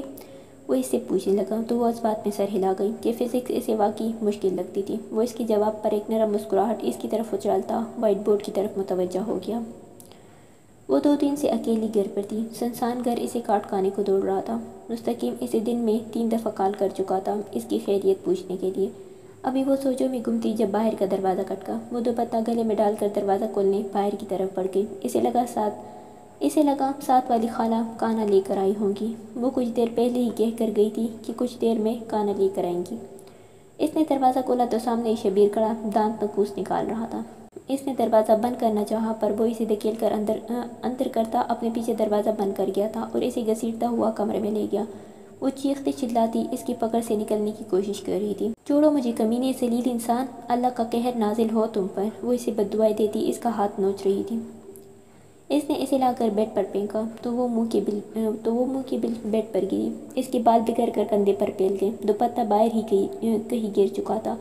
وہ ہوس بھری نظروں سے اس کے دلکش سراپے کو تاڑ رہا تھا۔ آج کیسے بچے گی مجھ سے تو میری رانی؟ وہ اپنے گندے پیلے دانتوں کی نمائش کرتا مکروہ ہنسنے لگا۔ حریم بیڈ پر پیچھے ہونے لگی تو ایک ڈیکوریشن پیس اس کے ہاتھ لگا۔ اس نے وہی ڈیکوریشن پیس کھینچ کر اس کے ماتھے پر مارا تو وہ درد سے بلبلاتا ماتھے پر ہاتھ رکھ کر جھک گیا۔ حریم موقع جان کر جلدی سے باہر دروازے کی طرف لپکی۔ وہ تیزی سے دروازہ کھول کر باہر بھاگی تو سامنے سے آتے وجود سے ٹکرا گئی۔ وہ آج کالج کے بعد فاتح سر کے ساتھ فزکس کی ایکسٹرا کلاس لینے کے لیے رکی تھی۔ اس نے امائمہ کو بھی بولا تھا رکنے کو، پر وہ کالج سے جانے کے بعد بچوں کو ٹیوشن دیتی تھی، اس لیے پھر دعا نے اسے زیادہ زور بھی نہیں دیا تھا۔ وہ ابھی فاتح کے آفس کے باہر کھڑی انگلیاں چٹکا رہی تھی اور سوچ رہی تھی کہ اندر جائے یا نہ جائے جب اسے فاتح کی آواز سنائی دی، roll number 10، just come in now. اس کی بھاری آواز میں یہ پیغام سن کر وہ سٹ پٹا گئی۔ اسے کیسے پتہ چلا کہ وہ باہر کھڑی ہے؟ اس نے دروازہ نوک کیا۔ یس، اجازت ملنے پر وہ دروازہ کھول کر اندر داخل ہو گئی۔ بیٹھیے آپ پلیز، وہ اسے سامنے پڑے کرسی کی طرف اشارہ کرتا ہوا بولا تو وہ صوفے کی طرف بڑھ گئی۔ وہ اپنی کرسی سے اٹھ کر دعا کی طرف بڑھا اور صوفے کے پاس پڑی کرسی پر بیٹھ گیا۔ دعا اس کی یوں نزدیک بیٹھنے پر کنفیوز ہو گئی، حالانکہ وہ اس سے مناسب فاصلے پر بیٹھا تھا۔ فاتح نے بک کھول کر اسے پڑھانے کی طرف متوجہ کیا تو اس نے بھی اپنا دھیان کتاب پر لگا دیا۔ فاتح اسے نومیریکل سمجھا چکا تھا۔ وہ اب بیٹھ کر اس کی ایک دفعہ پریکٹس کر رہی تھی۔ فاتح اپنا لیپ ٹاپ سامنے کھولے کام کرنے کی کوشش کر رہا تھا جو کہ دعا کے ہوتے ہوئے بالکل بھی ممکن نہیں لگ رہا تھا، کیونکہ وہ لاکھ اسے اگنور کرنے کی کوشش کرتا پر نظریں بار بار بھٹک کر اس معصوم پری کے چہرے پر جا رہی تھی اور وہ اس سب سے انجان اپنے کام میں مشغول تھی۔ اس کی بے خبری پر فاتح نے سر جھٹکا اور اپنا دھیان لیپ ٹاپ کی طرف لگا دیا۔ وہ تیز سے دروازہ کھول کر باہر بھاگی تو سامنے سے آتے وجود سے ٹکرا گئی۔ اس نے ڈرتے ڈرتے نظریں اٹھائی تو سامنے مستقیم کو دیکھ کر اس کے بازو سے چپک کر رو دی۔ اس کی ٹوٹی بکھری حالت دیکھ کر مستقیم کے دل پر ہاتھ پڑا تھا۔ بکھرے بال، روئی روئی سوجی ہوئی لال آنکھیں، جوتے سے بے نیاز پاؤں اور دوپٹے سے بے پرواہ وجود لیے وہ مستقیم کا دل بند کرنے کے در پہ تھی۔ مستقیم رات کے کھانے سے فارغ ہونے کے بعد اپنے کمرے میں آ گیا تھا، پر طبیعت پر ایک عجیب سا بوجھل پن طاری ہو رہا تھا۔ اس کا دل بہت گھبرا رہا تھا۔ اس نے حریم کی خیریت جاننے کے لیے اس کا نمبر ملایا تو اس کا نمبر مسلسل بند جا رہا تھا۔ اس نے سوچا کہ شاید سو گئی ہوگی۔ وہ گاڑی کی چابی اٹھا کر باہر کی طرف بڑھ گیا۔ بے مقصد سڑکیں ناپتا وہ بے خودی میں ہی گاڑی حریم کے گھر کی طرف موڑ گیا۔ وہ گاڑی اس کے گھر کے پاس پارک کرتا حریم کے گھر کی طرف بڑھ رہا تھا جب وہ ایک دم آ کر اس سے ٹکرائی۔ وہ اس کے بازو سے لگی، رونے لگی۔ اس سے پہلے کہ وہ اس سے کچھ پوچھتا، بکتا جھکتا بشیر حریم کے پیچھے نکل آیا۔ اسے دیکھتے ہی وہ خوفزدہ ہو کر مستقیم کے پیچھے چھپ گئی۔ بشیر کو یوں سامنے دیکھ کر اور حریم کی حالت دیکھتا وہ ایک سیکنڈ میں سارا معاملہ سمجھا تھا۔ غصے سے اس کی رگیں تن گئی۔ وہ حریم کی گرفت سے اپنی شرٹ چھڑواتا جنونی انداز میں بشیر کی طرف لپکا اور اس پر پل پڑا۔ حریم کی خوف سے چیخ نکل گئی۔ مستقیم نے آؤ دیکھا نہ تھا، بے رحمی سے اس پر لاتوں اور مکے کی برسات کر دی۔ پہلے وہ دھمکیاں دیتا رہا، پھر اس کی مار سے بے حال ہوتا، پھر اس کی منتوں پر اتر آیا تھا کہ ایک آخری دفعہ اسے معاف کر دے۔ سر پلیز چھوڑ دے اسے وہ مر جائے گا۔ اس کے جنونی روپ سے مار کھا کر آدھ مو ہوتے بشیر کو دیکھ کر وہ ہچکیاں لیتی اسے روک گئی تھی۔ مستقیم نے غصے سے آخری دفعہ پاؤں زور سے اس کے منہ پر مارا تو وہ ہوش و حواس سے بیگانہ ہو گیا۔ مستقیم نے پولیس کو کال کی اور کال ختم ہونے کے بعد اس کی طرف بڑھا۔ اپنی جیکٹ اتار کر اس کی طرف بڑھا تو وہ روتے ہوئے اس کی جیکٹ تام کر پہن گئی۔ اب بھی آپ یہاں اس گھر میں اکیلی رہنا چاہتی ہیں؟ میں کوئی بات نہیں سنوں گا آپ کے پاس صرف 10 منٹ ہے۔ اگر آپ اپنا کوئی ضروری سامان یا اپنے ماں باپ سے وابستہ کوئی یادیں سمیٹنا چاہتی ہے تو۔ وہ سخت برہم تھا پر اس کی حالت دیکھتا نرمی برت رہا تھا۔ آج ابھی جو کچھ بھی ہوا تھا اس کے بعد وہ سمجھ گئی تھی کہ وہ اکیلی یہاں نہیں رہ سکتی۔ یہ ہمارے معاشرے کا کڑوا سچ ہے کہ ایک اکیلی عورت یا لڑکی زندگی سکون سے بسر نہیں کر سکتی۔ انسان کی چمڑی میں موجود گدھ ہر وقت اکیلی لڑکی کو نوچنے اور نگلنے کو تیار رہتا ہے۔ انسان نما بھیڑیے ہر وقت اکیلی کمزور عورت کی طاق میں رہتے ہیں اور موقع ملتے ہی اس کی عزت کو تار تار کرنے میں کوشاں دکھائی دیتے ہیں۔ مستقیم اسے بازو سے پکڑ کر اندر لایا، کچن میں جا کر پانی کا گلاس لے کر آیا اور حریم کو پکڑا کر باہر بڑھ گیا۔ وہ اسے تھوڑا وقت دے رہا تھا تاکہ وہ خود کو ذہنی طور پر آمادہ کر لے اس گھر کو چھوڑ کر جانے کے لیے جہاں اس نے اپنا بچپن گزارا تھا اور اپنے والدین کے ساتھ یادیں بنائی تھی۔ کچھ دیر بعد گاڑی حریم کی گلی سے نکلتی چلی گئی تو اس نے مڑ کر ایک اداس الوداعی نگاہ اپنے گھر پر ڈالی اور اپنے ہاتھ کے پوروں سے آنکھوں میں موجود نمی سمیٹ کر گاڑی کی سیٹ سے اپنا سر جوڑ کر آنکھیں موند لیں۔ کالج میں پیپرز شروع ہو رہے تھے۔ کالج کی انتظامیہ نے اسٹوڈنٹس کے لیے ایک اکیڈمی بنائی تھی جہاں کالج کے ٹیچرز ہی بچوں کو ان مضامین کی تیاری کرواتے جن میں وہ کمزور تھے۔ اکیڈمی کالج سے تھوڑے فاصلے پر ہی واقع تھی۔ فاتح نے اسے کہا تھا کہ وہ کالج کے بعد 3 بجے اکیڈمی آ جایا کرے۔ اس طرح اگر اسے کسی اور مضمون میں مسئلہ ہوگا تو باقی ٹیچر سے بھی وہ ڈسکس ہو جائے گا۔ وہ آج آتے ہوئے کافی کنفیوز تھی، اس لیے سارہ بیگم خود اسے چھوڑنے آئی تھی۔ وہ ابھی آٹو سے نکلے ہی تھے جب فاتح کی گاڑی اکیڈمی کے باہر آ رکی۔ وہ خلاف معمول ٹی شرٹ اور ٹراؤزر میں ملبوس تھا۔ اس کی نظر دعا پر پڑی تو اس کے چہرے پر پہلی پریشانی کو دیکھ کر وہ دعا کی طرف بڑھا۔ السلام علیکم، کیا ہوا، کوئی پرابلم ہے کیا؟ وہ دعا کی آنکھوں میں دیکھ کر پوچھ رہا تھا۔ اس کی نظر ابھی تک سارہ بیگم پر نہیں پڑی تھی جو کہ آٹو کا رنگ دے رہی تھی۔ وعلیکم السلام سر۔ وہ فاتح کو ایک دم اپنے قریب دیکھ کر بوکھلا گئی۔ وہ اس کے سلام کا جواب دے رہی تھی جب سارہ بیگم اس کے پاس آ کر کھڑی ہو گئی اور دعا کی طرف سوالیہ نظروں سے دیکھنے لگی۔ ماما، یہ فاتح سر ہیں، میرے فزکس کے ٹیچر۔ وہ انہیں بتا کر سر جھکا کر کھڑی ہو گئی۔ السلام علیکم آنٹی، کیسی ہے آپ؟ وہ ان کے سامنے سر جھکاتا ہوا بولا تو وہ اس کے برتاؤ سے متاثر ہوتی بے اختیار اس کے کندھے پر ہاتھ رکھ گئی تھی۔ وعلیکم السلام بیٹا، جیتے رہو۔ دراصل آپ کو پتہ ہی ہے دعا کے بابا کی کچھ وقت پہلے ہی ڈیتھ ہوئی ہے، اسی وجہ سے کافی سٹریس میں رہی ہے اور پڑھائی پر بالکل توجہ نہیں دے سکی۔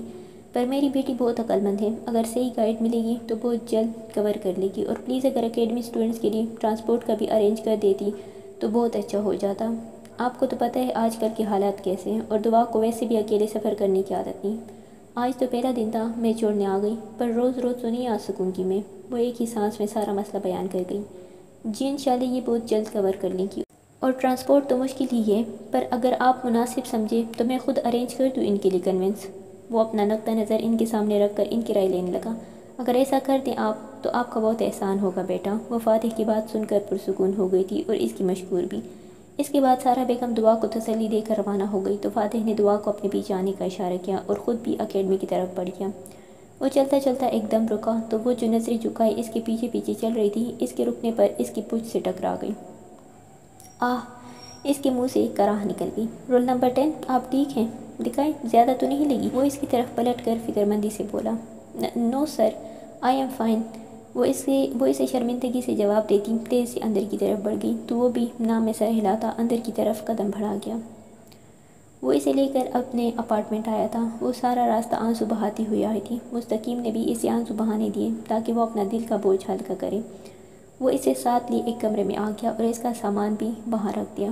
وہ کمرے کے بیچوں بیچ کھڑی تھی، کالا لباس پہنے، سرخ ناک سوجی ہوئی آنکھیں اور زرد رنگ لیے وہ مستقیم کو دکھی کر گئی۔ اس نے پہلے کہاں دیکھا تھا بھلا اسے ایسے لٹی پٹی حالت میں؟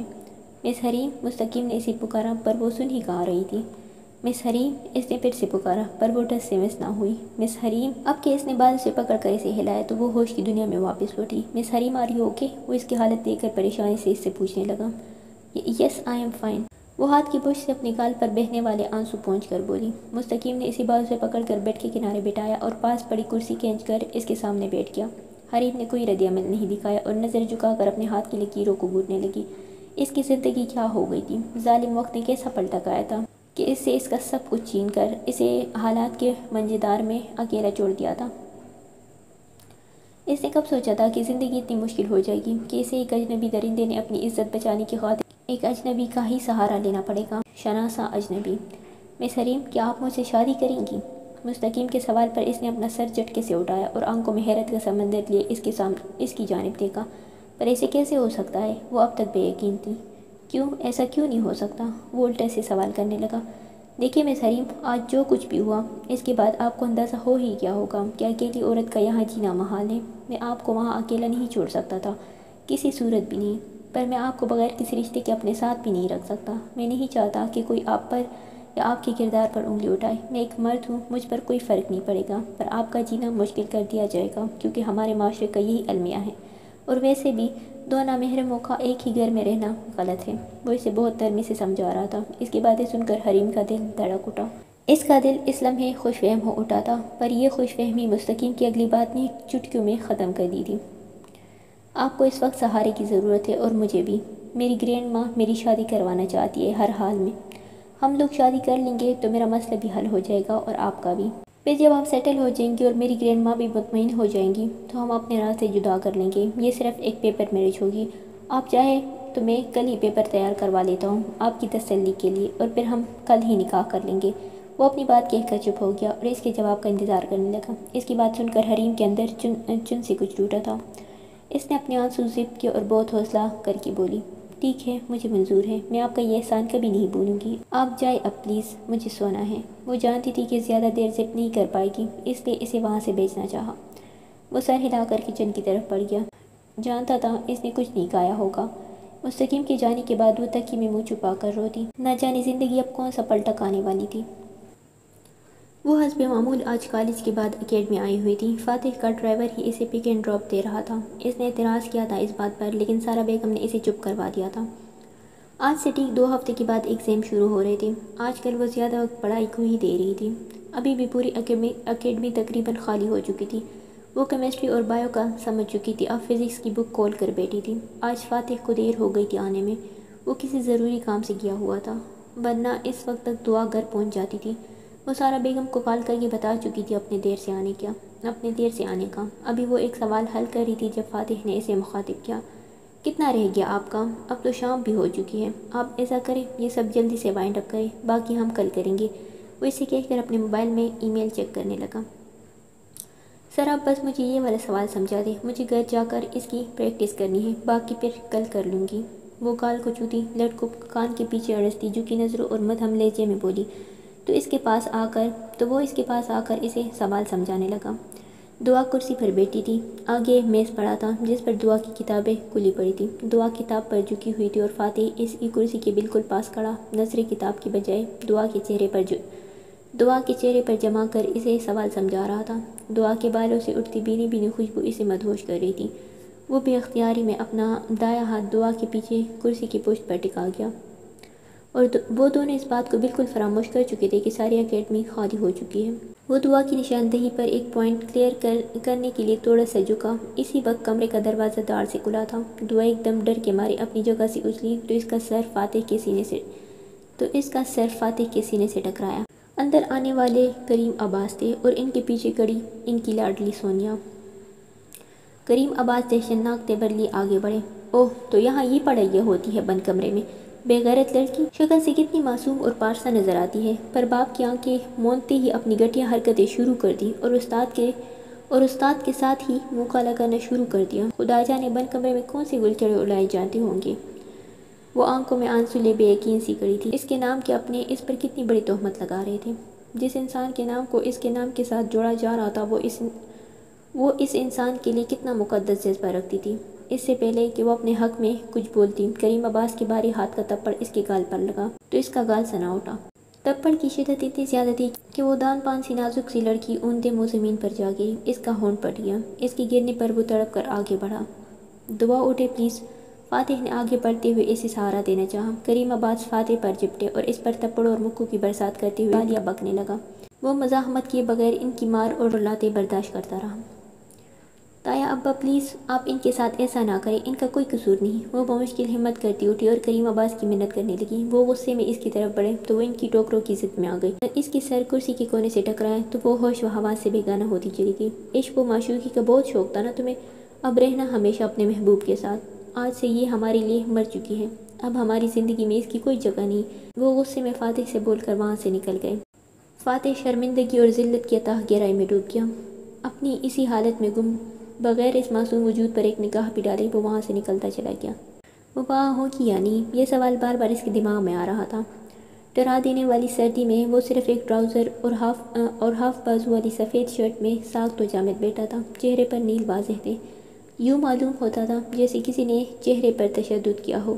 وہ بھول جانا چاہتا تھا جو کچھ دیر پہلے ہوا، پر پتہ نہیں ایسی کیا بات تھی کہ اسے اپنے دل میں ٹیسے اٹھتے محسوس ہو رہی تھی۔ پھر یکایک اس کے جامد وجود میں حرکت ہوئی تھی۔ وہ تیز سے اٹھا، بیڈ کے پاس پڑے اپنے موزے اور جوگرز اٹھا کر پہنے اور دروازے کی طرف لپکا۔ اسے 10 منٹ لگے تھے مطلوبہ مقام تک پہنچنے کے لیے۔ اس نے 20 منٹ کا سفر پیدل 10 منٹ میں طے کیا تھا۔ دروازہ ویسے ہی کھلا ہوا تھا۔ وہ تیز سے اندر کی طرف لپکا۔ وہ وہی تھی جہاں وہ اسے جاتے ہوئے دیکھ کر گیا تھا۔ وہ کرسی کے پاس اونتے منہ پڑی ہوئی تھی۔ وہ اس کے پاس گیا اور اس کا رخ پلٹا۔ خون کی ایک لکیر اس کے ماتھے سے ہوتے ہوئے گردن تک آئی ہوئی تھی جو کہ سوکھ چکی تھی۔ اس نے پاس پڑی اس کی چادر اٹھائی اور اسے اڑا دی۔ وہ گھر سے لے کر یہاں آنے تک یہ سوچتا آیا تھا کہ وہ وہاں ہو کہ یا نہیں، پر یہ خیال اسے ایک دفعہ نہیں آیا تھا کہ اگر وہ وہاں ہوئی تو وہ کیا کرے گا۔ اس نے آہستگی سے اسے اپنے باہوں میں بھرا اور وہاں سے نکل آیا۔ گھر پہنچ کر اسے نرمی سے بستر پر لیٹایا اور پھر موبائل نکال کر ایک نمبر ڈائل کیا۔ وہ بھیگے سرخ آنکھیں جھکائے، دونوں ہاتھوں کی انگلیاں باہم ایک دوسرے میں پنسائے، لب پینچے اس کے سامنے بیٹھی ہوئی تھی۔ سفید رنگ کا نفیس اور خوبصورت جوڑا پہنے دوپٹہ سر پر لیے سوگوار سی بیٹھی تھی۔ قسمت نے اسے کس مقام پر لا کھڑا کیا تھا؟ اس نے کب سوچا تھا کہ یہ شاندار شخص اس کا ہو جائے گا، اور وہ بھی اس طرح۔ ہر لڑکی کی طرح اپنی شادی کو لے کر اس کی بھی بہت سی خواہشات تھی۔ وہ بھی اپنے ہمسفر کے لیے پور سج کر اس کی زندگی کو مہکانا چاہتی تھی، پر قسمت نے ایسا کھیل کھیلا تھا کہ اس کو بالکل بے بس کر کے چھوڑ دیا تھا۔ اس کے پاس کوئی اور راستہ ہی کہاں بچا تھا۔ اس کے سامنے مستقیم بیٹھا تھا جس نے سفید شلوار قمیض پر آف وائٹ واسکٹ پہن رکھی تھی۔ وہ آج نکاح کرنے مسجد میں آئے ہوئے تھے۔ گواہ کے طور پر فاتح اور اس کے تین اور ساتھی دوست موجود تھے۔ حریم فاروق بنت فاروق احمد، آپ کو 10 لاکھ حکمے کے عوض مستقیم فارس بلدے فارس کمال کے نکاح میں دیا جاتا ہے، کیا آپ کو قبول ہے؟ نکاح کے کلمات اس کی سماعت سے ٹکرائے تو اس نے اپنی نم آنکھیں اٹھا کر مستقیم کی آنکھوں میں دیکھا۔ وہ اسے ہی دیکھ رہا تھا۔ حریم کے دیکھنے پر اس نے سر اس بات میں ہلا کر اقرار کرنے کا اشارہ کیا۔ کیا آپ کو یہ نکاح قبول ہے؟ مولانا صاحب کے دوسری دفعہ پوچھنے پر اس نے اپنی نظریں جھکاتے ہوئے اس بات میں سر ہلایا اور زبان سے بھی مستقیم کو قبول کرنے کی سند بخشی۔